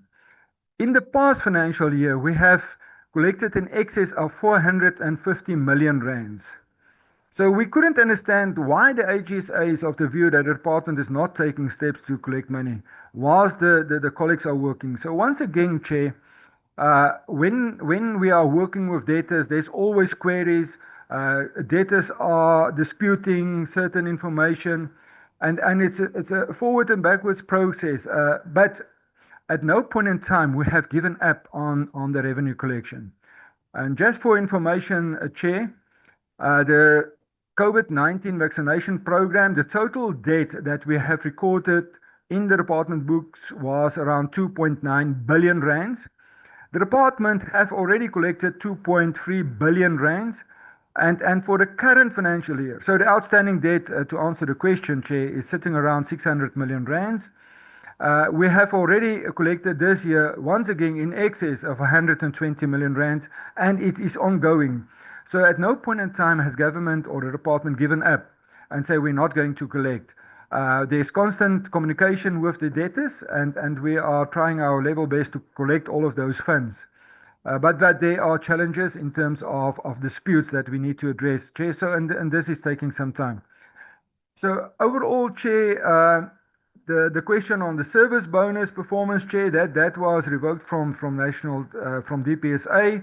Hence, you will not see any of that expenditure in our expenditure reports. However, Ms. Gambu will talk to the requirements of the performance bonus that used to be there as an incentive of good performance. Chair, DG, I think that is the questions from my side. If I missed anything, I can be reminded and I will respond to that. Thank you, Chair. Thank you, DG. Yes. Andre, can you answer the question from Dr. Carl Leroux? How much control do we have over the conditional grants that we give to the provinces? Thank you. My apology for missing that, DG. The control that we have, Dr. Leroux, Honorable Leroux, is directed by the Division of Revenue Act and the prescripts from National Treasury. So when we are transferring the conditional grants to provinces, obviously there is an acknowledgement and a consent and a receipt from the receiving accounting officer confirming that they will stick to the conditional grant framework as published in the Division of Revenue Act.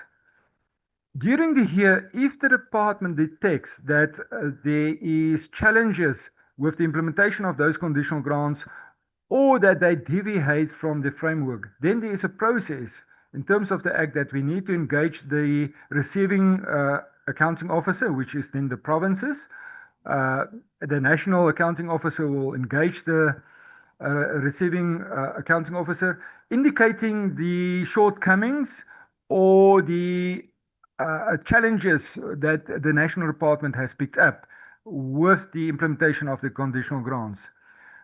If that continues, then the process is that we are writing to National Treasury, and ultimately National Treasury can then suspend those funds, and we can reallocate it to other provinces if that is not rectified.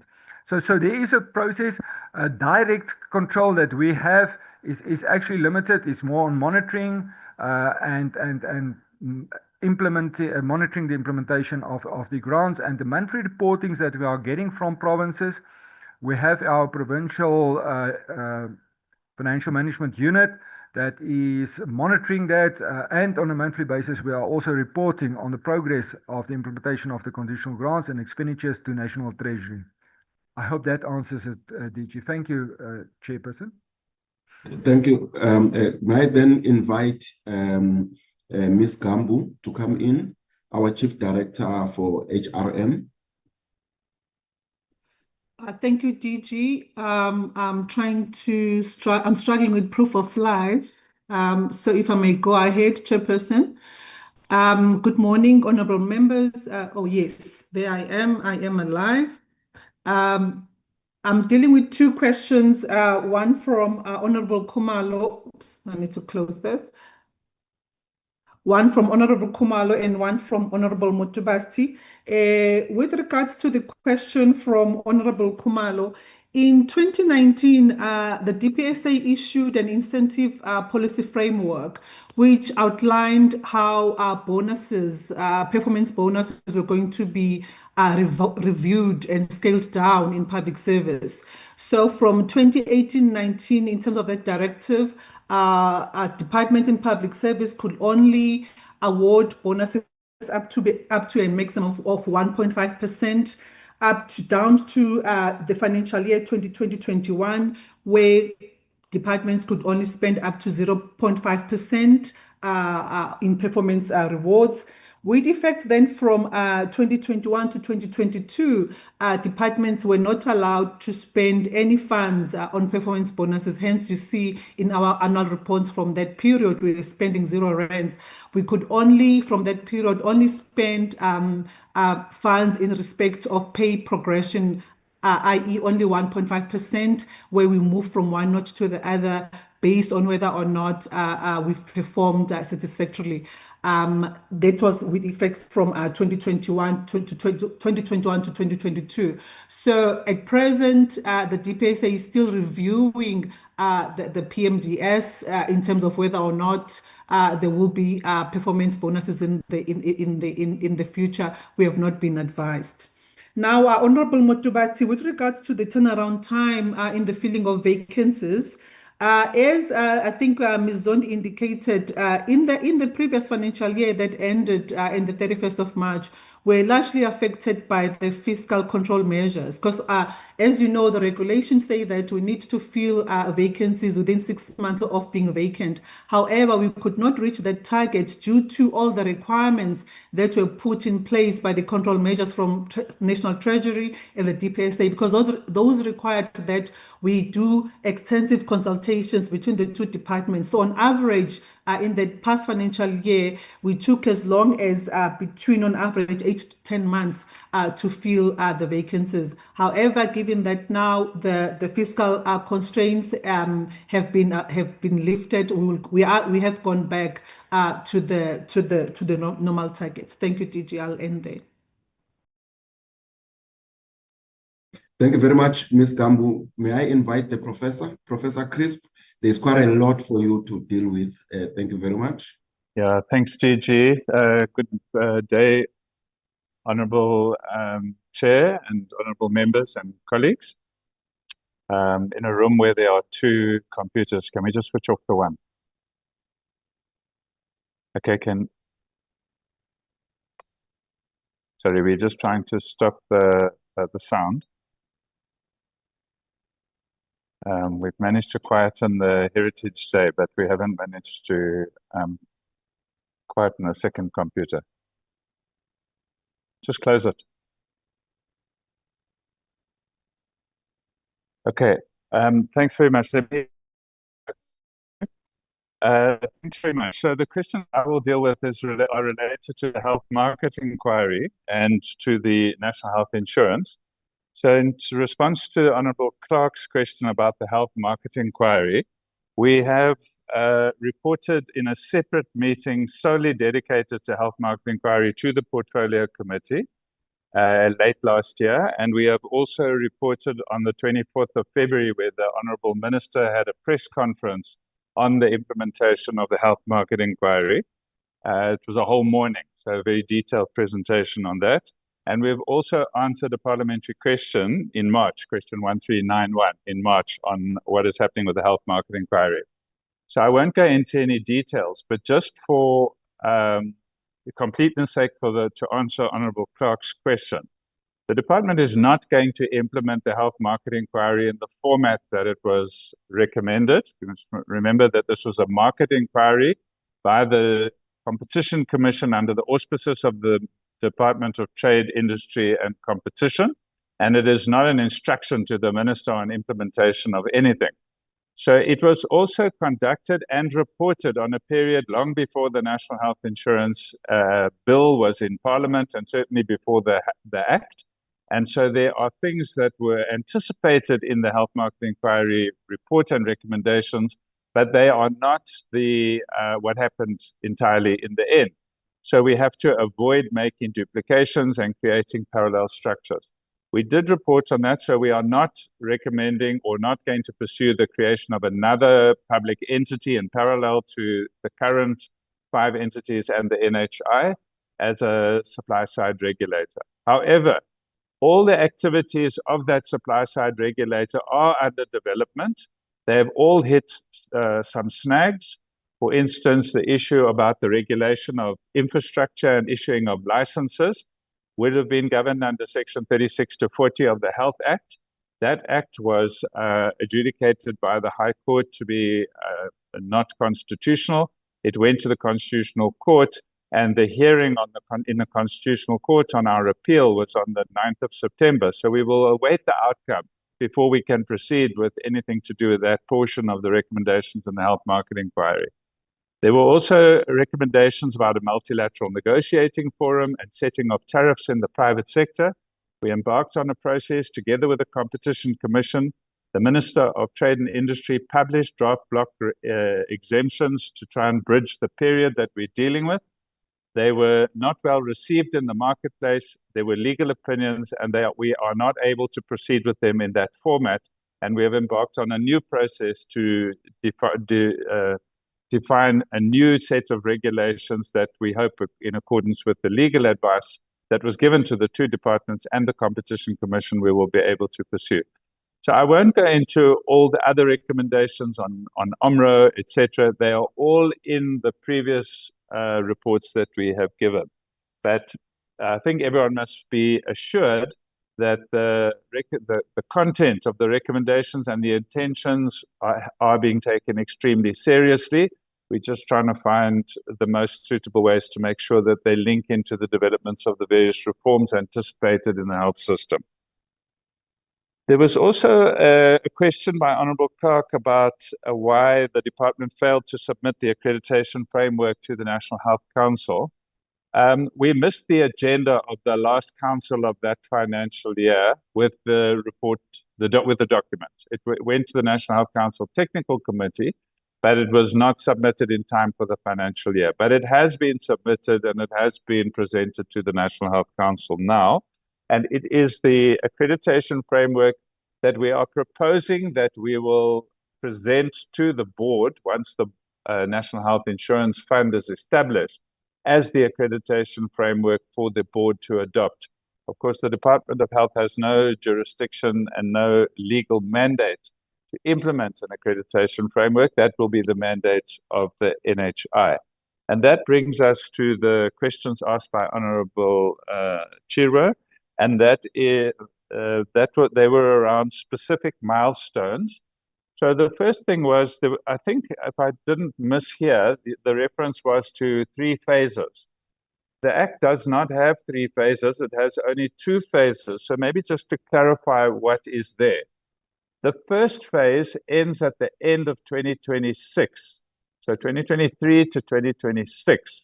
And so we are on track for the 5 targets that are set in Section 57, which is the transitional arrangements for the National Health Insurance. We are working on those 5. Some of them have already been fully implemented and others are in progress. So in terms of phase 1, as outlined in the Act, I think we can be fairly confident that we are not behind schedule. The second phase is between 2026 and 2028. And the intention, if one reads the what is outlined, and it's quite high level in the descriptions in the section of the Act, is to get the machinery of the NHI, not the office of the NHI, that's in phase 1, but to get the machinery of the implementation of the NHI starting to work. And it's in those years, between 2026 and 2028, that the first funds will go to the National Health Insurance. There are no funds in the National Health Insurance at this stage, and I'll clarify what that means, because there is no National Health Insurance Fund and there's no National Health Insurance entity at the yet. So the answer to the question asked by the Honourable Member is that no funds have been purchased for anybody from the NHI fund yet. The fund has not been established. The fund itself as an entity, and that's just a body that's like a company, if you like, will only be established when Section 9 of the Act is proclaimed. And that can only happen once the mechanics of a board and the various governance structures have been approved. They have been through through Cabinet, they've been through the state law advisors, they've been published in the Gazette, they've been amended, they've now been translated a second time, and we're waiting for the final translations. The meeting between the Department and National Treasury to get the guidance and the instructions of the committee that is authorized to do so has taken place to establish what the rates will be that will be paid to board members and other members of committees. And the proclamation has been drafted. So what we are waiting for now is just to get the translations back, and then all of this will go from the Minister to the President for the proclamation of the first set of sections which will enable government, that's the Department of Health, Treasury and others, to implement the activities or the requirements in phase 1. There are some activities of phase 1 that do not require the National Health Insurance Act, although they are mentioned in the Act. The 2 of them are the establishment of the Ministerial Advisory Committee on Benefits. That committee has been appointed, it has met, and it has a schedule of meetings that are laid out. The terms of reference have been well documented, and they are in the process of doing the preparatory work, which they will hand over to the statutory committee once it is appointed. The second body is the Health Technology Assessment Ministerial Advisory Committee. These are both established in terms of the Health Act. There's been a call for nominations. There were many nominations, well over 500. So there's been a sifting through qualifications and a sorting of who has what skills to ensure we have all the right skills mix for the Ministerial Advisory Committee.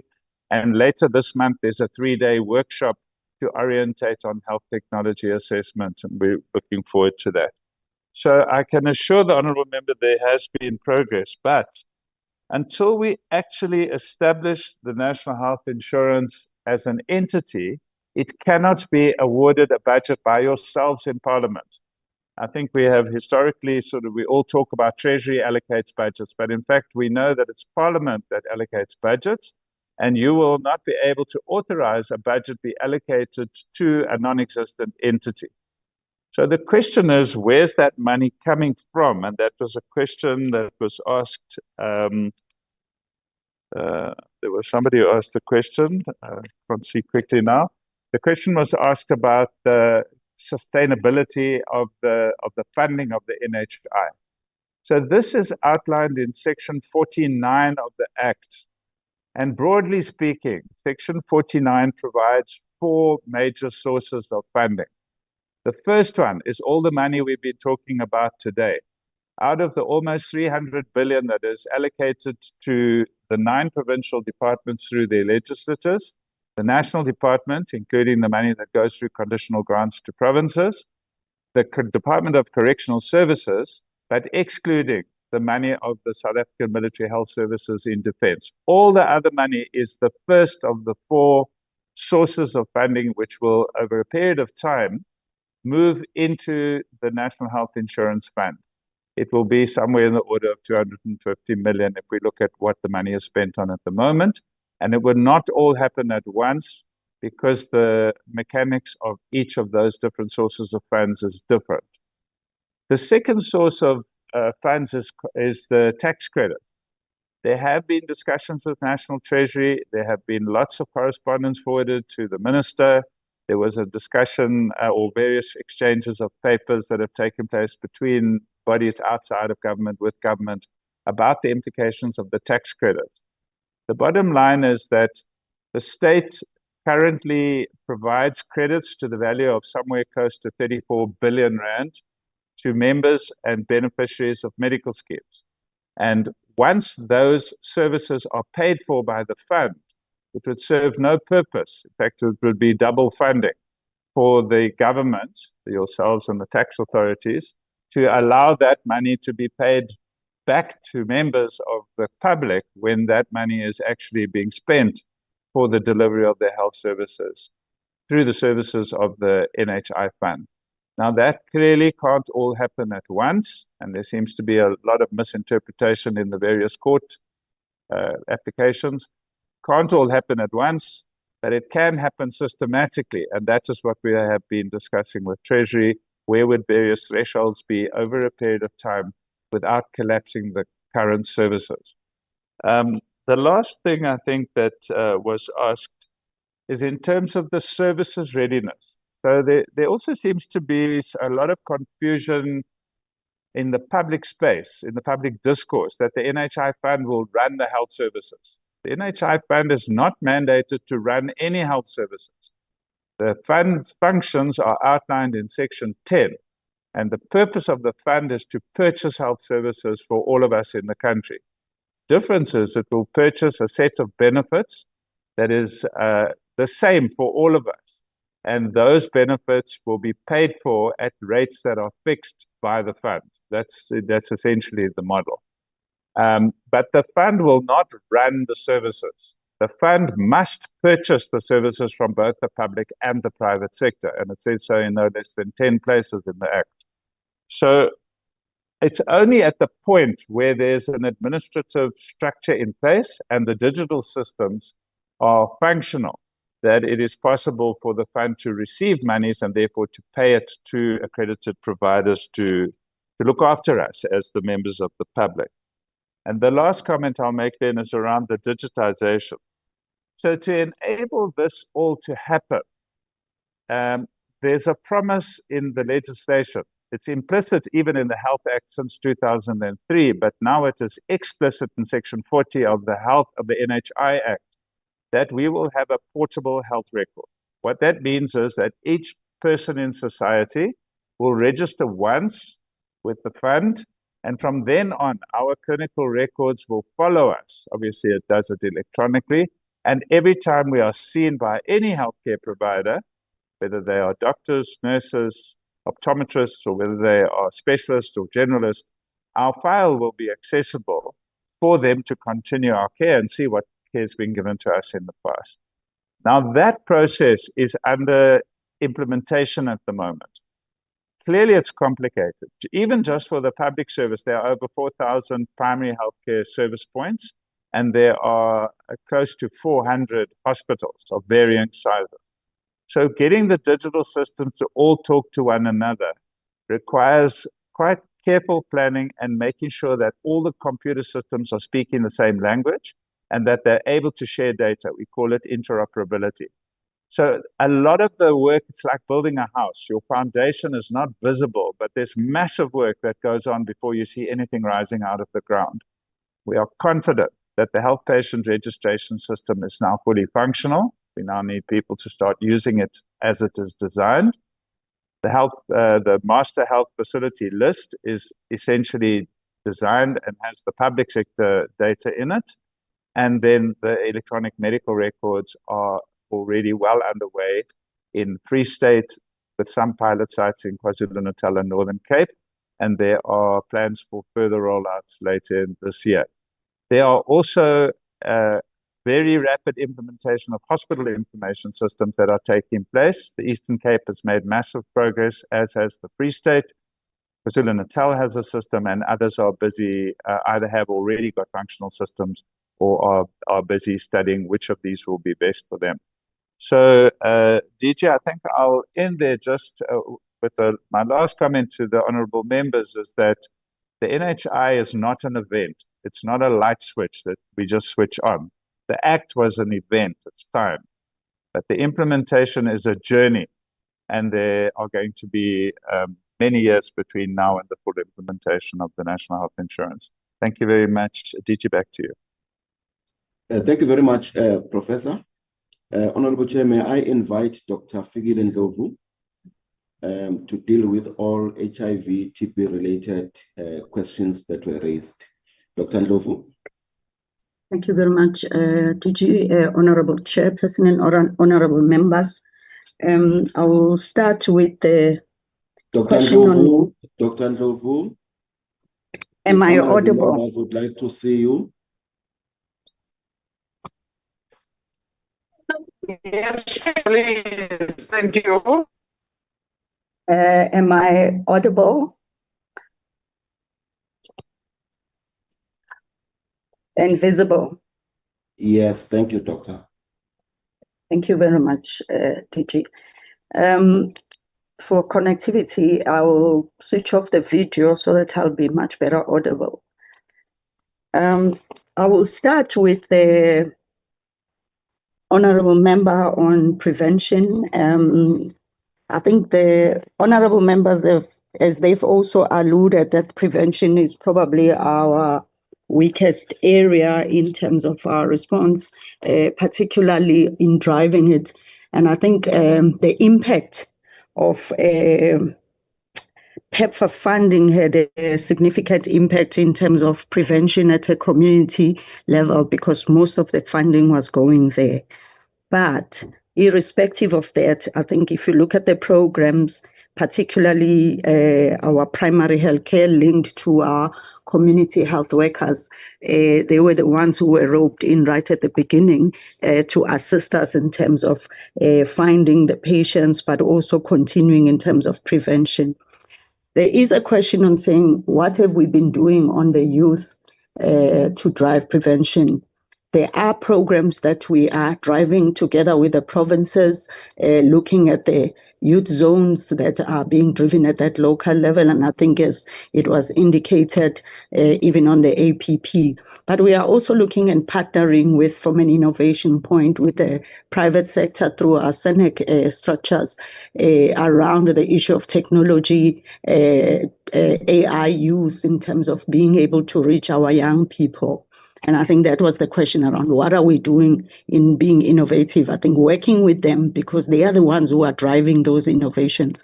And we are supporting that work together with our partners that are still currently assisting the department. And those are the areas. And we believe it's really an opportunity area because we are able to use reach them directly, but also work with them together with the youth-friendly services and the zones that we are looking at from the prevention side. 6MMD first. Rightly so, the 6MMD was really pushed by our stakeholders. We've already started as of August to roll out. 8 provinces are already rolling out. We have a target between now and the end of March to reach 200,000 clients. It started a bit slow, but we believe we will be able to reach that 200. going to a full rollout from the 1st of April next year. And it's also part of the response around when we lost the funding to be able to reach our clients and make it easier for them to reach to access the treatment. So that has already started. I think there was also a question around TB. We did not meet our target.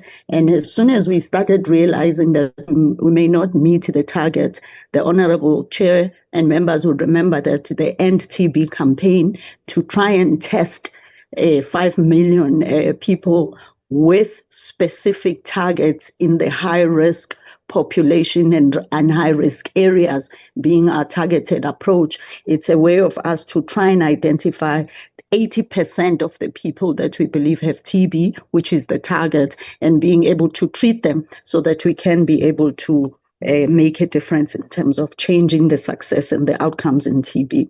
There is a question on the drug-resistant TB outcomes. Those with the current drug regimens that are shorter, we've seen quite an improvement in terms of their outcome reaching up to 80%. And I think it's one of the areas that when we give the full report, we will be able to provide. But we've seen a good outcomes coming out of the TB resistance, which we hadn't seen before. There's the question on the impact in terms of the funding that we lost. Obviously, the impact was immense in our human resource, in our systems, in our finances, and we developed a plan together with the provinces, which was presented to Treasury, and Treasury did give the emergency funding that we've already started rolling out into the provinces. And they are at different stages in terms of implementation of those, which include the issue of recruiting, particularly the areas that were mostly affected, data capturers, our clinicians, and nurses that we had lost, and that process has started. The funding only came through now in September, so we will be monitoring quite closely in terms of that funding and the money that will be coming through into those provinces in terms of us ensuring that we do recruit. Different provinces are at different phases, and I think we could be able to provide a fuller picture if we are given an opportunity.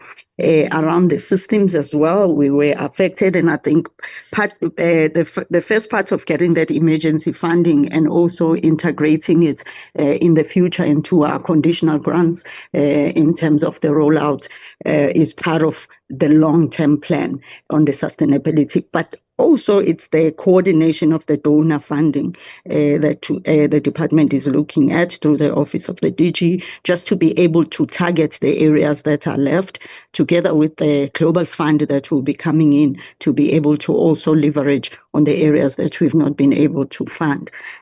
But importantly, it's the long-term system, because the sustainability is going to lie on that. And the department, we are working from the HIV/TB side, even including maternal, child and women's health, around the integration for our programs within the primary healthcare, so that development of that plan, the integrated service within the primary healthcare, which then draws on the next question of your community health workers being able to assist the entire health system in terms of reaching households and reaching individuals from a prevention point and ensuring that we are able to drive that prevention, but also assist us to identify patient systems. We've also looked at the money, and the money is being that was allocated is also assisting in terms of looking at the systems that were being funded, and Program 2 and the other programs are assisting us in terms of that.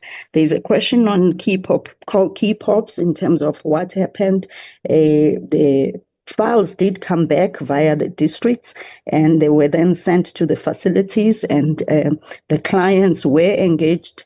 Some were called to be able to say, this is where their files are, so that they could re-engage. We do want to say to Honorable Chair that some of the clients did not want to come back. Instead, they prefer to go to the private service. And as a response to that, the department, we've started training in all the provinces and our facilities, the sensitization of our health workers and non-health workers and non-clinicians in terms of really being able to be receptive and make the place conducive for our clients to come back there, to come into our facilities. And we will continue to monitor that. Again, from the key populations perspective, we are also working within the department to look at the services that can be offered with the government from an integration point, because the sustainability is going to lie within that. Part of the response, obviously, it's the 1.1 campaign that we then went on, and Honorable Chair and members, you will note that in this campaign, we are really working with our civil society structures on the ground, all of them with SENEC, even the AIDS councils and the civil society forums right at the district level. And some are even active in the social media, indicating what they are doing to drive that response, both in finding the adults and the children in the system, so that they can be re-engaged into the system. We do have challenges, though, and I think those challenges are mainly from the systems point around the files, and that's the area that we will be working on, and the system, so that we can be able to calculate and be clear on how much are we working, and we're working together with our facilities in terms of that. I think, Honorable Chair, I would have covered the CCMDD. I think I want to agree in terms of the targets. The targets were mainly on the process at that time, and in our reviewing of our annual performance plan, we will be looking at outputs more than the process and activities around our CCMDD in terms of what we need to do to ensure that we transverse. But again, here, the issue that we are engaging on is to look at the chronic management and in its entirety, as the members would understand that some of our clients have already even reached above 50 years. They are older, they are aging, they are also aging with comorbidities, and also the strengthening of the entire system, that it assists us to manage all our clients. So the entire process within the department is being looked at, not just from an HIV point, but from the TB, which takes the point that was raised by Honorable Member on saying, the lessons that we learned on the HIV, I think we are quite clear that the integration and integrating with all the other chronic illnesses is what we are looking for, so that our clients are able to get the service. It's not just HIV and TB, but we can also use them on the others, including the multisectoralism that we used. And that goes into the cancers as well, as you will understand that even the CA, particularly for women, the CA cervix, which is also linked to HIV. But when we look at it, we start to say, how are we integrating in the entire system in the department? And I think that's the point, that the loss of the finances and has really driven us to be able to say we need to be aggressive in that integration and ensuring in everything that we do, from prevention to treatment to clients accessing the service and getting their treatment. How are we integrating it within the system so that it doesn't lie parallel, which is what caused the challenge in February? I will stop there, Honorable Chair. Thank you.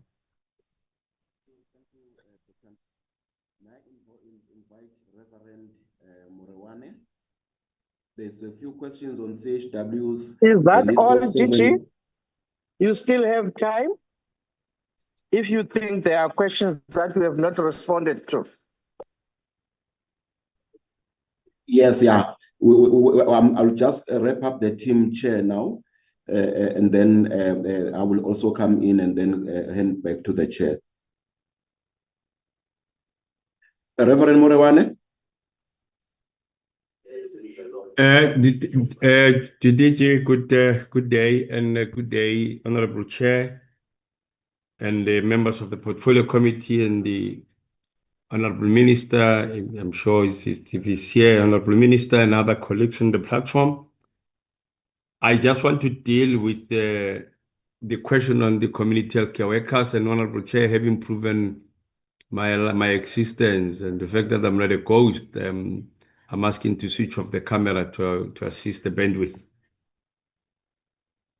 Chair, the question that was raised by the Honorable Clerk It's about employment and training of community healthcare workers.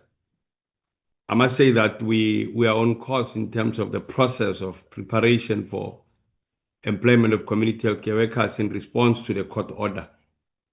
We have already responded to several queries in this area, but the little hold-up is that we have not yet received the money from National Treasury. But in terms of preparatory work, we are on the ground. We know already 27,000 of them, for those that are having matric, and there's a way of managing the balance of those people. We already working on the finalization of the software to manage the database for both the community healthcare workers and outreach team leaders. So in that regard, therefore, Chair, we are on course. With regard to their training, we responded to parliamentary question number 4979. We did indicate that there was skills audits being performed, and in areas where we find deficiencies, we train everywhere according to skills gap. But we can assure the members of parliament here that the level of training, the trainings, the platform, the system, the curriculum, it's standard, but it always responds to the gap that we find out of the skills-based analysis. The question that came from the Honorable Dr. Letlapa about the appointment and placement of environmental health practitioners, I must say that this is obviously as part of the need to appoint additional human resource capacity. This will be considered in the same manner. But of course, it would go as to how far we can go with regard to what money is available to employ. So we will be able to employ them at the central level and be able to allocate them. Maybe the challenge is that if we talk about specifically people that will go to the municipalities, is that the money that's allocated on our short will be allocated to national, not to the municipalities. So centrally, if we get a few of them, we'll then be able to allocate them to areas of needs, as it were. With regard to consumption of daka cookies and other stuff, Honorable Chair, allow me to ask Ms. Riboni Nzie to adequately deal with this matter very, very briefly, DG, if you allow, because it is really in her peer view and should be able to do more justice to it. Riboni, can I ask you to do that part also?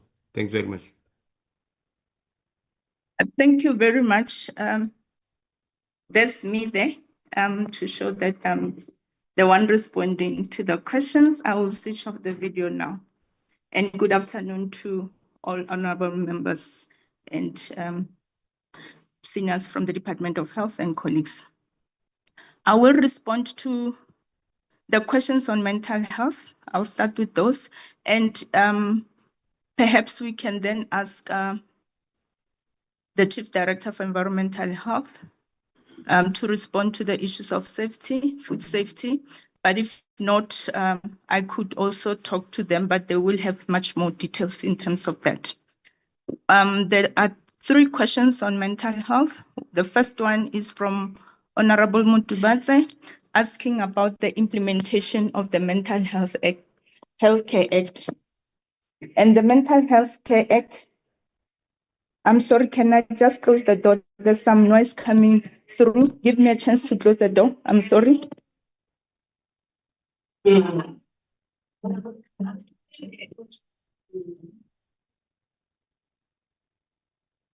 Apologies for that. The Mental Health Care Act of number 17 of 2002 focused really on protecting the rights of people with mental health illnesses. And it focuses on number of areas. One is also in terms of ensuring that they receive the services and also addressing the challenges of implementation that were mainly related to limited resources and infrastructure issues and shortage of trained professionals to really ensure that there's full compliance and there's quality of care. And when coming to those issues, in terms of improving the services for mental health care to mental health care users, there are a number of interventions that have been done. One is in terms of strengthening the mental health review boards that are monitoring compliance to the regulations, and the establishment. There's also a ministerial advisory committee that also does an oversight in terms of the implementation of the act, and that act is actually what drives our implementation framework. And in terms of integrating of mental health care services into the general health care, that has been done. A number of health professionals are now appointed to render mental health care services in the primary health care. At primary healthcare level, there's a grant that is being used, the mental health care grant, that is used to appoint mental health professionals or health professionals with mental health expertise. For example, the psychiatrists, psychologists, social workers, OTs, and nurses that have specialized in mental health. And in terms of challenges in implementations, for example, inadequate infrastructure that were addressed by this, there has been some improvement in most of the hospital in terms of ensuring that the wards or for mental health care are renovated, and in some instances there are mental health care wards that are built and they are attached then to the hospital to provide mental health care services. And there are also regulations that are governing procedures for voluntarily and involuntary submissions. So, and there are a number of trainings that have been done also to capacitate even community health workers and including traditional health practitioners to render screening services at the community level, and also then be able to refer those patients that need or clients that need mental health care services to the primary health care nurses that will then attend to them. And there is treatment and drugs available at all our primary health care level to really deal with this mental health illnesses. Where the disorder or diagnosis is much more complicated, or it is of that need a special area, for example, as psychiatrists, they will then be referred to either a district hospital or a regional hospital or tertiary or academic hospital, depending on the level of intervention that is required. Yes, Then the second Honorable Chair, question. Ms. Nsia, Yes. if you can summarize, please don't go through the whole act. I think there were other specific questions like the budget and also the implementation of the Deputy Chief Justice on Yes, life I'm going to. Can you just deal with that, because I'm worried about time. Members might still want to ask when the minister joins. Thank you. Okay, the question of the budget, I think, is covered through that the mental health budget is also part of the program for budget, and it has been utilized for these areas that I spoke about.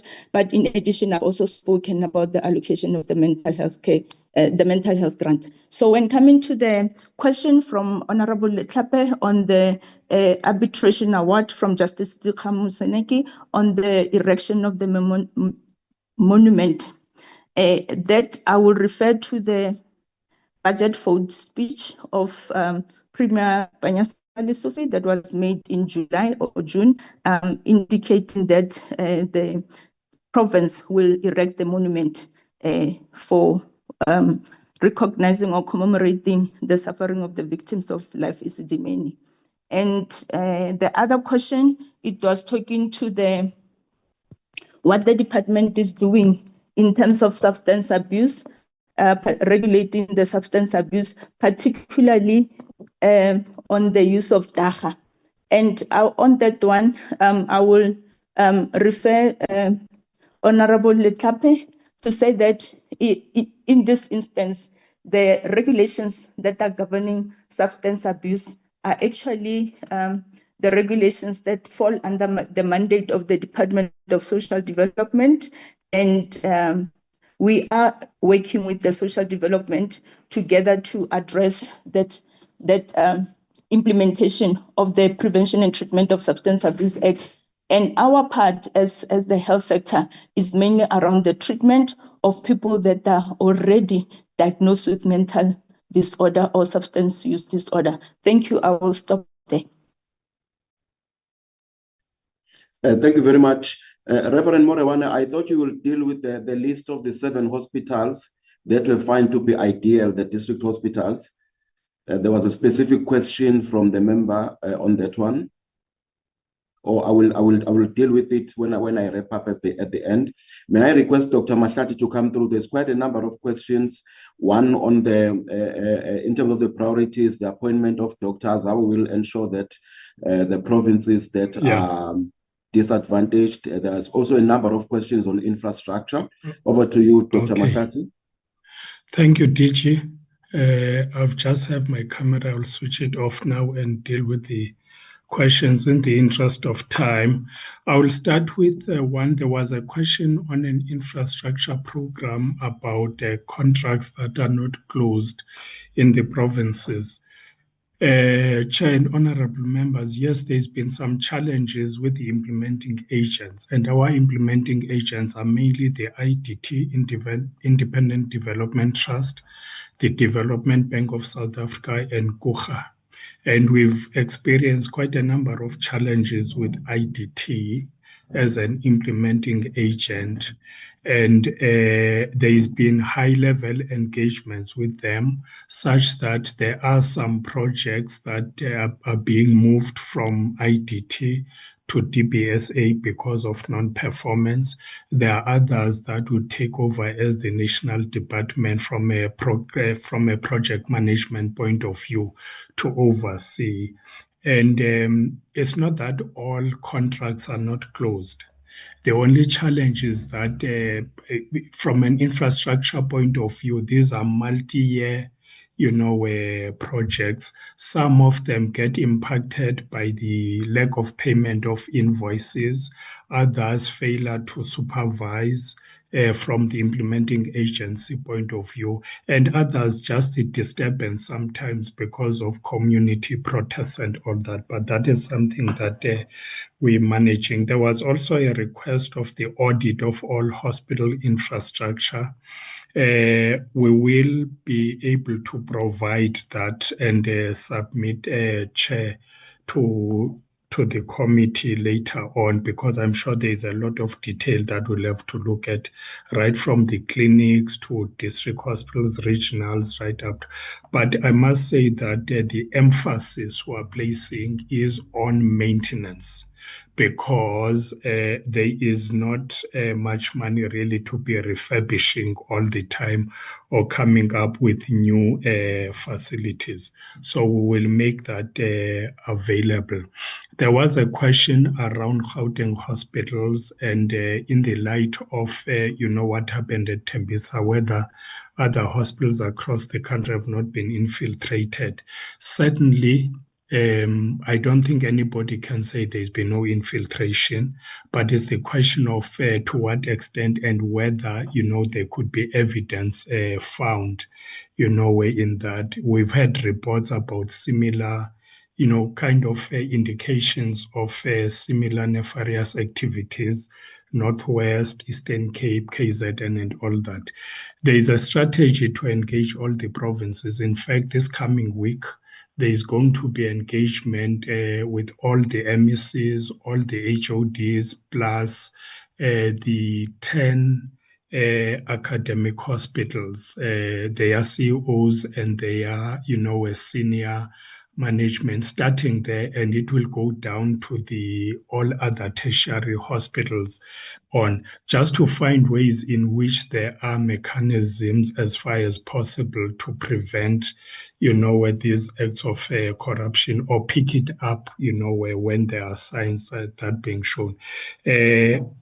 Honorable members, one would have to say that there are a lot of anti-corruption measures that the country has taken place, but obviously there are, some challenges in terms of, how these are foolproof, and because there's always those attempts, at them.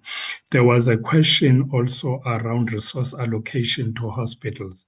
One would want to say that The National Department of Health provides funding to hospitals mainly through grants like your National Tertiary Services Grant, and even including also in the infrastructure. The bulk of funding actually comes through the equitable share, which would go via the provincial treasuries to the provincial departments, and the budgets would be provided according to the type of, in terms of the classification of the hospital, whether it's district, whether it's regional, and so on. As far as the grants that are issued at National Department, they are actually dictated to by business plans. So it's not just an arbitrary provision. The provinces have to develop a business plan, and that business plan has to be approved through a process, and then the allocation would be made. There was a question about Charlotte Maxeke Hospital. That has been a problem, and there's been several delays that have taken place, and the repairs that have been hampered sometimes by the change of service providers and all that. But Chair, we will, with your permission, we can provide a detailed report on the progress and the actual cost to date of Charlotte Maxeke Hospital. And there was also a question around tracking the retention rates of health professionals. We have not had this, possibility before. However, we've started building that into the ICSP program that we have for allocation of interns and community service going forward, so that those that we have from a statutory point of view going forward will be able to then say how many of those after community service have stayed within the public service, how many have left, and how many in the future then come back. So we've decided that we'll be able to build it that way.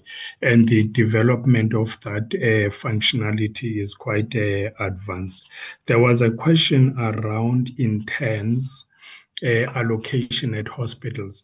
I must say, Chair, that as of last year's round, there is no intern or community service professional who was not allocated. The problem we had was those that have just completed community service and which was still trying to find posts for them. At the present moment, the allocation of interns and community service posts for those that will be completing this year is on, and the applications opened at the beginning of September, and they were finalizing that. Thus far, I would indicate that it's only the funding problems in terms of creating posts that they were trying to deal with, especially the pressures that they were feeling from KwaZulu-Natal. Then the last question, Chair, was on the forensic pathology. There are two issues there, and one is being dealt with by the National Forensic Pathology Services Committee regarding the forensic pathology officers. One is around the professionalization of that category, and there's been progress made. Sefako Makgatho University is quite advanced in developing curriculum, which will then handle the issue of forensic pathology officers who got experience through working in mortuaries mainly, for the dissections and all that. And that curriculum is being registered with the Health Professions Council so that the HPCSA will be able to then reopen a register, but it would be a register of people that have been formally trained, a curriculum that is properly accredited. The second part, Chair, which I'm thinking that your question was referring to, refers to the question of remuneration of forensic pathology officers in terms of the occupation-specific dispensation. That is a matter that is under review, and a decision was taken that because the DPSA has undertaken the review of the macro, OSD regime, each of the sector departments now has to engage with that. And as health, we've started that process where we're going to look at each of the categories in terms of the remuneration, so that if there are any gaps, those can actually be attended to, because it's not only in forensic pathology, there's also pressures in the nursing field regarding, especially around mental health nurses, and also some other aspects of nurses from an education, a nurse educator point of view. DG, I think I've covered all those that would be relating to my portfolio. Thank you, and over to you. Thank you very much, Dr. Mahlati. The last DDG to speak is Dr. Pillay. There are questions around NHLS, there are questions around SAPRA and other entities. And also he will talk on cannabis in general, because he is our representative in the Cannabis Committee with Agriculture. Dr. Anban Pillay. Thank you, DG. I'll just open my camera so you can see me. On the issue relating to SAPRA, thank you very much, DG. Good afternoon, honorable members, Minister, and colleagues. On the matter of SAPRA, the issue was that the staff, particularly the union, had complained that there is a toxic work environment at SAPRA. And since then, we did engage management on it. Interestingly, management was of the view that they don't understand where the toxic work environment comes from, because in their engagement with staff, they're not hearing that. But nevertheless, I think Minister has scheduled a meeting with the board of SAPRA to better understand SAPRA's response to this, and then we will see how we take this matter forward following that meeting. On the issue relating to the NHLS board and the appointments, I think it's important to appreciate that the NHLS board appointments are governed by legislation in terms of the NHLS Act. So each province has one representative, and that representative has to be appointed by the provincial MEC. And in many cases, despite writing to provinces and reminding them to submit representatives, that doesn't always happen timeously, which means that the board is not fully capacitated at any point in time. Similarly, there are positions for representatives for the Council of Higher Education, as well as from Department of Science and Innovation. And these representatives are not appointed in a timeous manner from those departments. And that does lead to the board sometimes having vacancies. We continue to engage with those departments to try and get them to submit their nominations for appointment onto the board.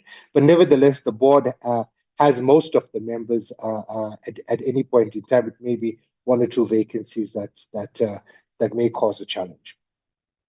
On the issue relating to the NHLS's performance as indicated by the FFC, we haven't seen the FFC report, but what we can say is that this is the first time that the NHLS has such a poor performance, and I think this is largely linked to the cyber attack, because from last year to this year, it seems that many of these issues could not be addressed simply because of the data challenges that they had.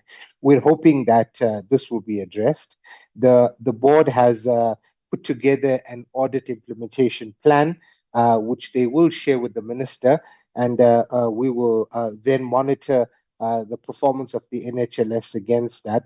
The board is very committed to make sure that this doesn't recur, and particularly those audit findings that have already been made, that they don't become repeated findings in the 25-26 financial year.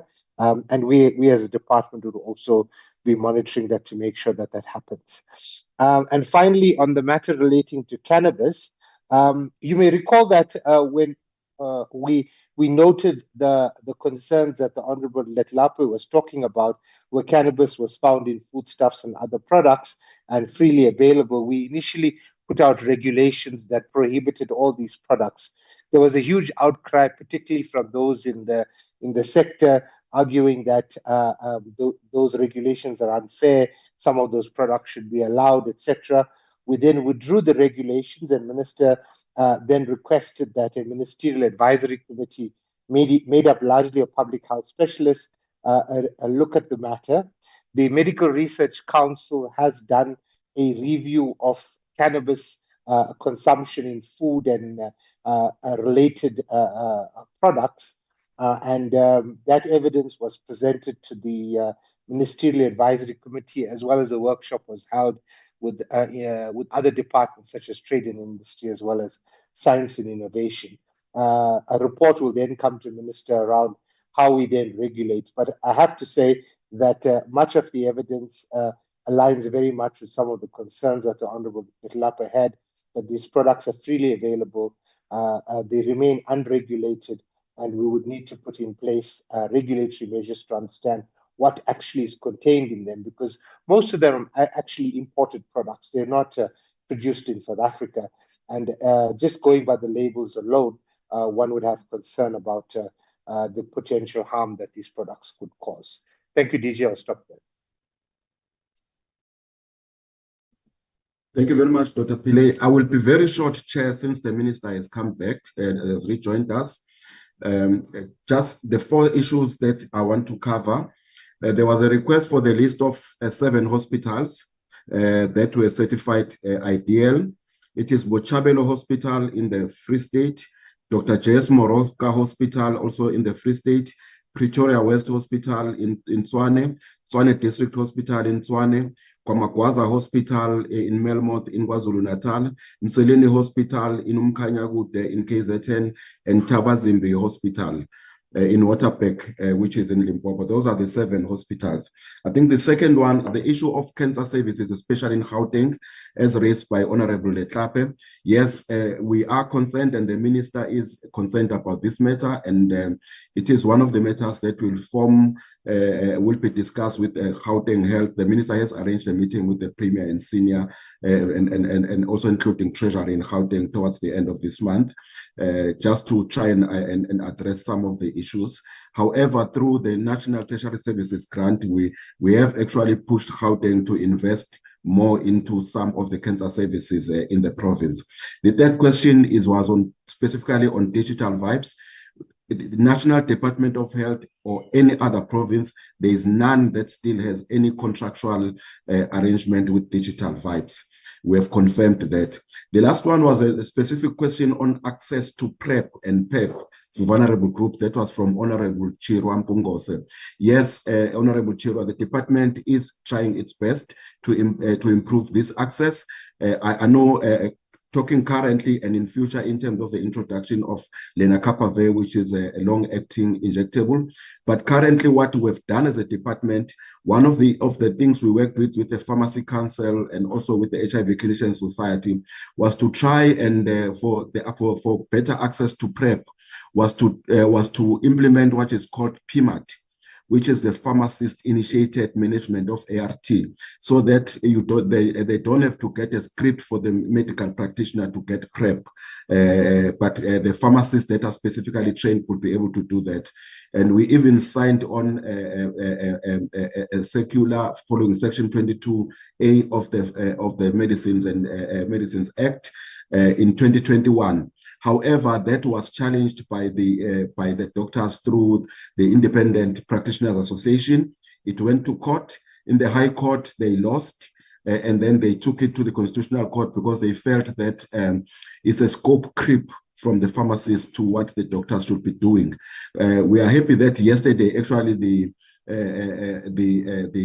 Supreme Court of Appeal ruled in actually threw away that appeal, meaning that if they don't go to the Constitutional Court, we will be able to allow in future the pharmacists that are trained specifically to be able to initiate PrEP and PEP without a prescription from the doctor. That's some of the issues that we've been trying to implement to increase access to the vulnerable groups.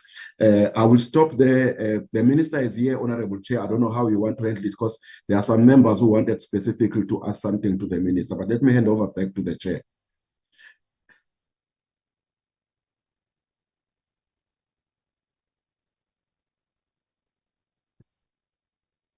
Honorable Chair, we are done as officials. Maybe the Minister wants to come in now. I'm not sure. Honorable Minister. Yes, yes, I would like to. Yes, thank you very much.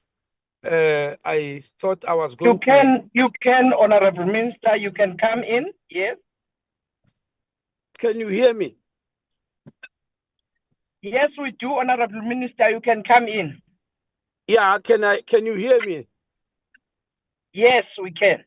Yeah. No, thank you very much. I thought it was going to be shorter. Now I want to answer a few questions, but I'm in trouble. The trouble which might well be understood by Dr. Letlape and Dr. Leroux, because my eyes have been dilated. I can't read anything. I took a lot of notes now. I was not aware that they were going to dilate me. So I can't read. I can't read any of the notes I've taken. So I will appeal that people remind me if I forget. But I remember two main issues that I needed to respond to. The first one is by Honorable Clark, where she asked about this consequence management, especially what happened in Tembisa Hospital. I'll remember that Honorable Clark also wrote an article about these problems, which we are all concerned about, but wrote that I'm a most powerful man who can do anything to stop this if I had political will. Honorable Clark, it is not exactly like that. There are going to be consequences in Tembisa. 15 of the people who have been flagged by the SIU as having been involved in these problems are working in Tembisa and in the Gauteng Department of Health. And SIU specifically said the consequences must be undertaken by me. He's sending them to me for DC. He's sending them to the national department because he said people in the provincial department were also involved. Why is that significant, Honorable Clark, when I say it's not exactly like that? You are aware that health is a concurrent competency, but HR issues are never concurrent. And this is what, in terms of the laws of the country, and this is why what people, even those who have worked in health for a long time, cannot understand. I received a lot of letters of people who were not satisfied about consequence management in their provinces, especially about DCs who have been fired or maybe punished in whatever way. They appeal to me and complain that the province was unfair to me. Minister, we want to take up this matter. Now, there's no way in the law, there's no place in the law for me in that type of thing. The law clearly states if somebody needs to go for a DC, for disciplinary, for consequence management, the province does it. If they are not satisfied, they appeal to the MEC.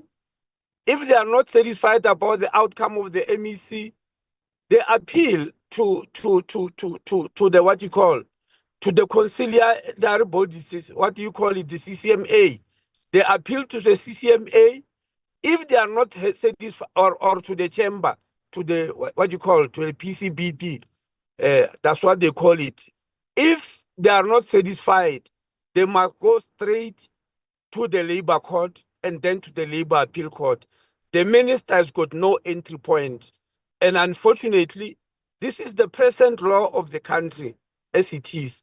Now, the consequences which I'm going to undertake in Tembisa is because the SIU specifically made that recommendation.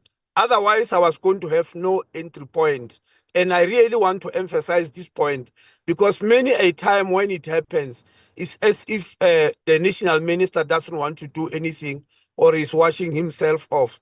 But the laws of the country are like that. HR issues are never concurrent. They are purely provincial functions. I really don't necessarily like that because there are quite a number of areas where we can make it better. But all I can do is to appeal to the MEC, talk to them and say, here you have been wrong, please correct here. If they don't want to do it, that's where the problem is. Because I definitely have got no entry point.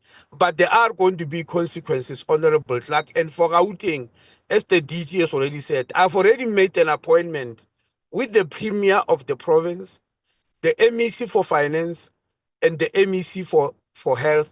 I want to spend a week there discussing all these issues. I've already done so in the Eastern Cape, and it has got really improved the situation because the Premier and the MEC for Finance will complain that they don't understand health issues, yet the power belongs to them in terms of running provincial hospitals. And so when we were there, we were able to make corrections. We were supposed to have gone to Gauteng yesterday. We have put that day aside for us to be with them. Unfortunately, something happened in the diary of the Premier from his office, and the meeting couldn't take place. But we're still arranging for it, and I'm promising that will definitely go there. Now, the other question is from Honorable Chirwa. It's more or less the same because he's asking me, in this additional money we've been given to hire doctors, nurses given by Treasury, whether I'm going to make sure that there is a balance or what you call equity in provinces that are disadvantaged. Unfortunately, again, Honorable Chirwa, I've got no way of doing that. In order to do that, because I was thinking about it, in order to do that, I specifically asked Treasury that when they give me this money, I asked the minister himself, they must make it a conditional grant so that the national department has got some control over it.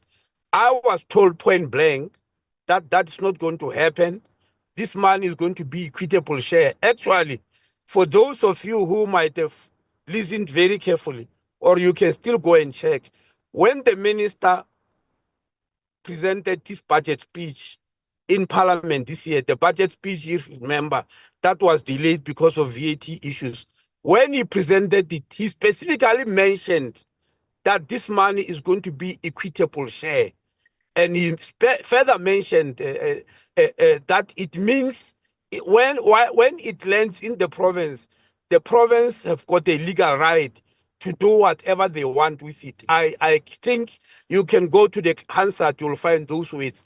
I heard them very clearly because they concerned me and because it was really showing me that I stand no chance in controlling this money. I really appealed to them again, and they said the best I can do is to negotiate with provinces, which I did. We called the provinces, the MECs, and told them that we must do 4 things with this money and it must not deviate.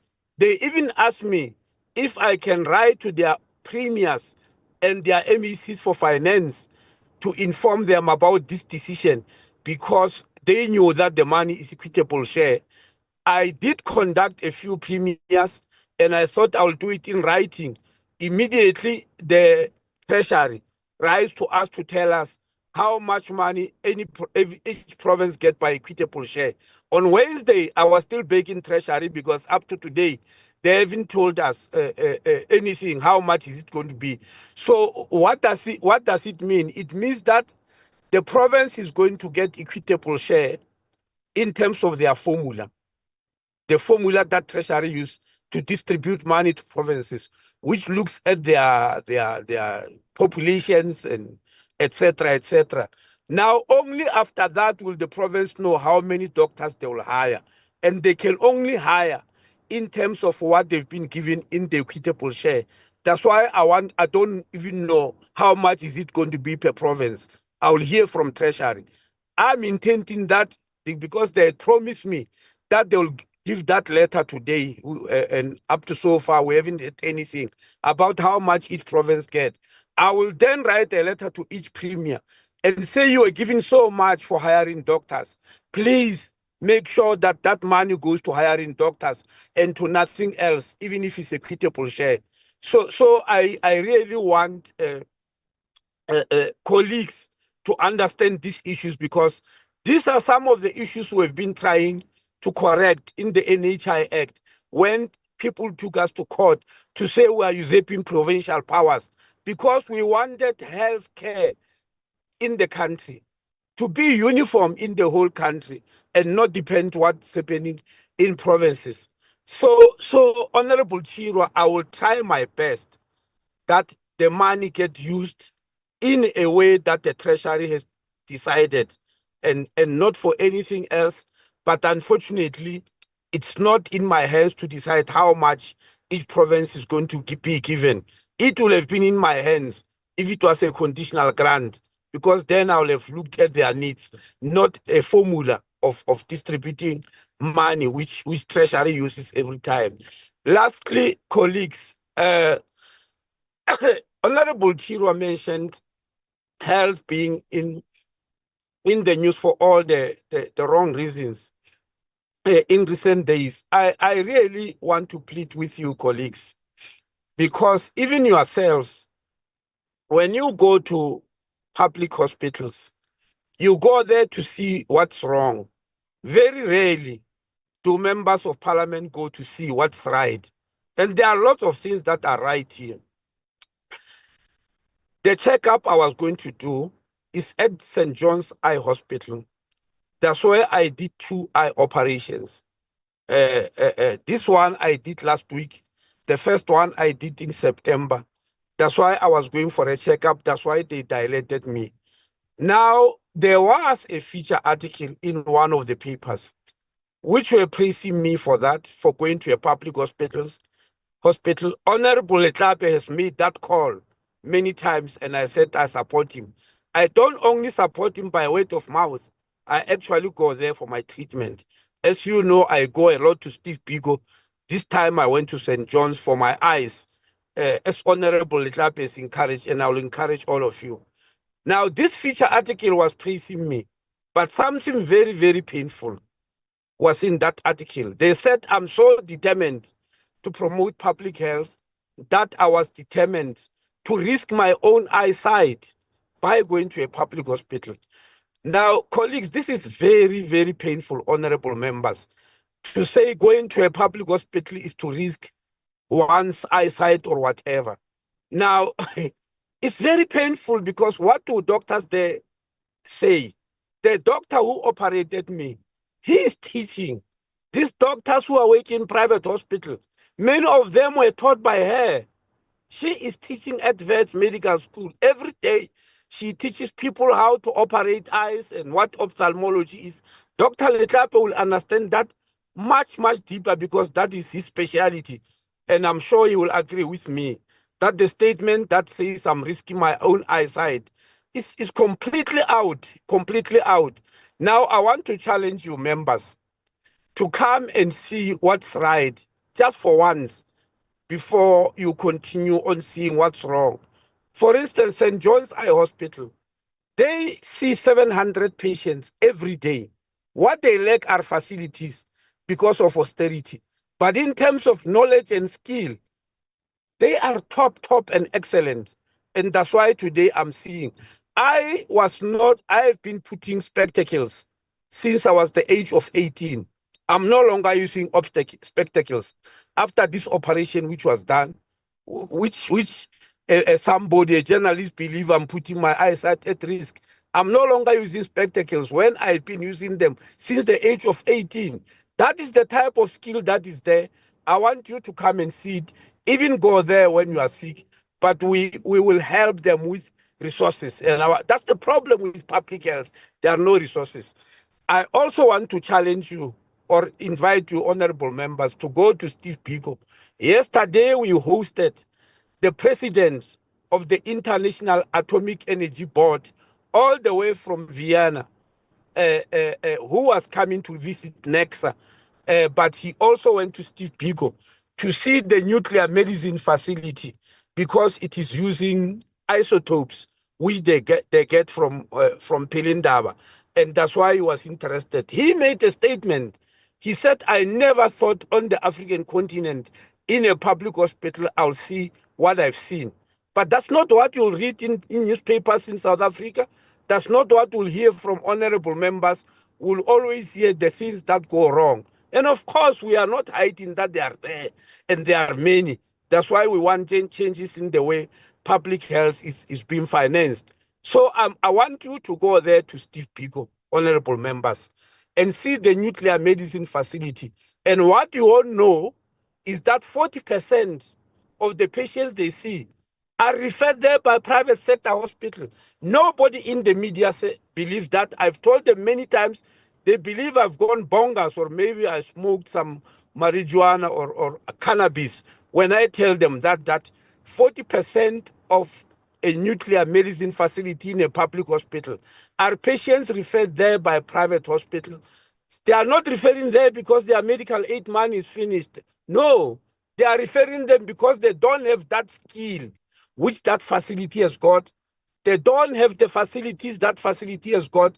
They don't have the knowledge that Professor Mike Sateche, who is running that facility, is a World Authority who has got. The director of the World Health Organization in the African region has also told me that he wants to come and pay a visit and see that facility. And I would like him to see it before you do. The president has already visited and see it. Now, what is more, in 2017, they introduced alpha targeting of cancer cells for prostate cancer. 50 of their patients, which they've seen from 2017, were referred directly from Europe by doctors in Europe who know Professor Sateche, who gets prices almost every month. Even this week, he was overseas getting a prize for his work. When the president visited there last month, or in August, I can't remember. Yeah, I think it's in August. He was still from the state to receive a prize. He's receiving accolades. I believe those are some of the things, honorable members, which you need to see and project. And lastly, honorable members, there are many of you, and I've just answered the question about that, who always mention the word collapse public healthcare, collapse public healthcare, collapse public healthcare. I don't understand why South Africans use that word so abundantly. If public healthcare had collapsed, honorable members, 5.9 million people who are on ARVs will have been dying or dead. 1 million, 60,000 pregnant women who don't go to private healthcare because only 140,000 pregnant women go there will not have been delivered babies, or at least not normal babies. There will have been a crisis. All the people who suffer TB will have died because no TB is treated in the public sector. There is none whatsoever. All the newborn kids would not have been immunized because 98% of the vaccines from BioVac are bought by public healthcare.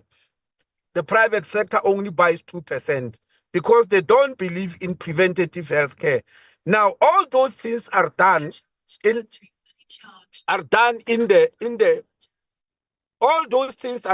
the public sector, which people like saying it has collapsed. It has collapsed. Now, I ask my question. A collapsed healthcare system is inundated by people from all over the world coming here. You are aware that people from all over SADC are rushing to South Africa to get healthcare. And that's why we are in a crisis with Operation Dudula and all the others. Because people are coming almost every day. And even people who are well-to-do, they do come here to look for healthcare in South Africa. Many of them in public healthcare. And of course, those who are very rich, they come to private healthcare. So I really want you to pause a little bit and visit to see some of these good things. And then you'll come back and do oversight and look for the bad things. But you can't be looking for bad things every day, even when good things are happening in your own country. When we appointed the director for Africa for the World Health Organization, he's a professor in Tanzania. He also bemoaned this, that here on the African continent, people believe everything is negative. And he told us about the cardiology unit, which he established in Tanzania, where they are doing heart operations, very successful. And he said nobody ever talks about that when they talk about Africa. He even gave us another example. He said in Kenya, they've established a renal unit where they are doing kidney transplants every day and doing so successfully, and nobody talks about it. When he said so, I added Steve Biko. I said, Professor, you don't know about Steve Biko, the best nuclear medicine facility in the whole continent, and sometimes even beating some in Europe. I want you to come and see it. That's why he's coming. I said, I want you to come and see that. I want you to visit Kenya. The one in Tanzania is yours because you established it as a Tanzanian professor of cardiology. All those things on the provinces, on the continent, people believe they don't exist. Even people who are in government believe they don't exist because we believe in Africa we know nothing. I just want honorable members to pause and try to promote Africa where it is due, where praise is due. Thank you very much.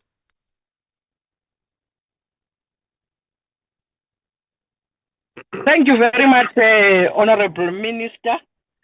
I think yourself and the department has made sure that our concerns have been responded to. We appreciate that. We thank you for your consideration of this meeting. There's few people that can go to a doctor and again come back to a meeting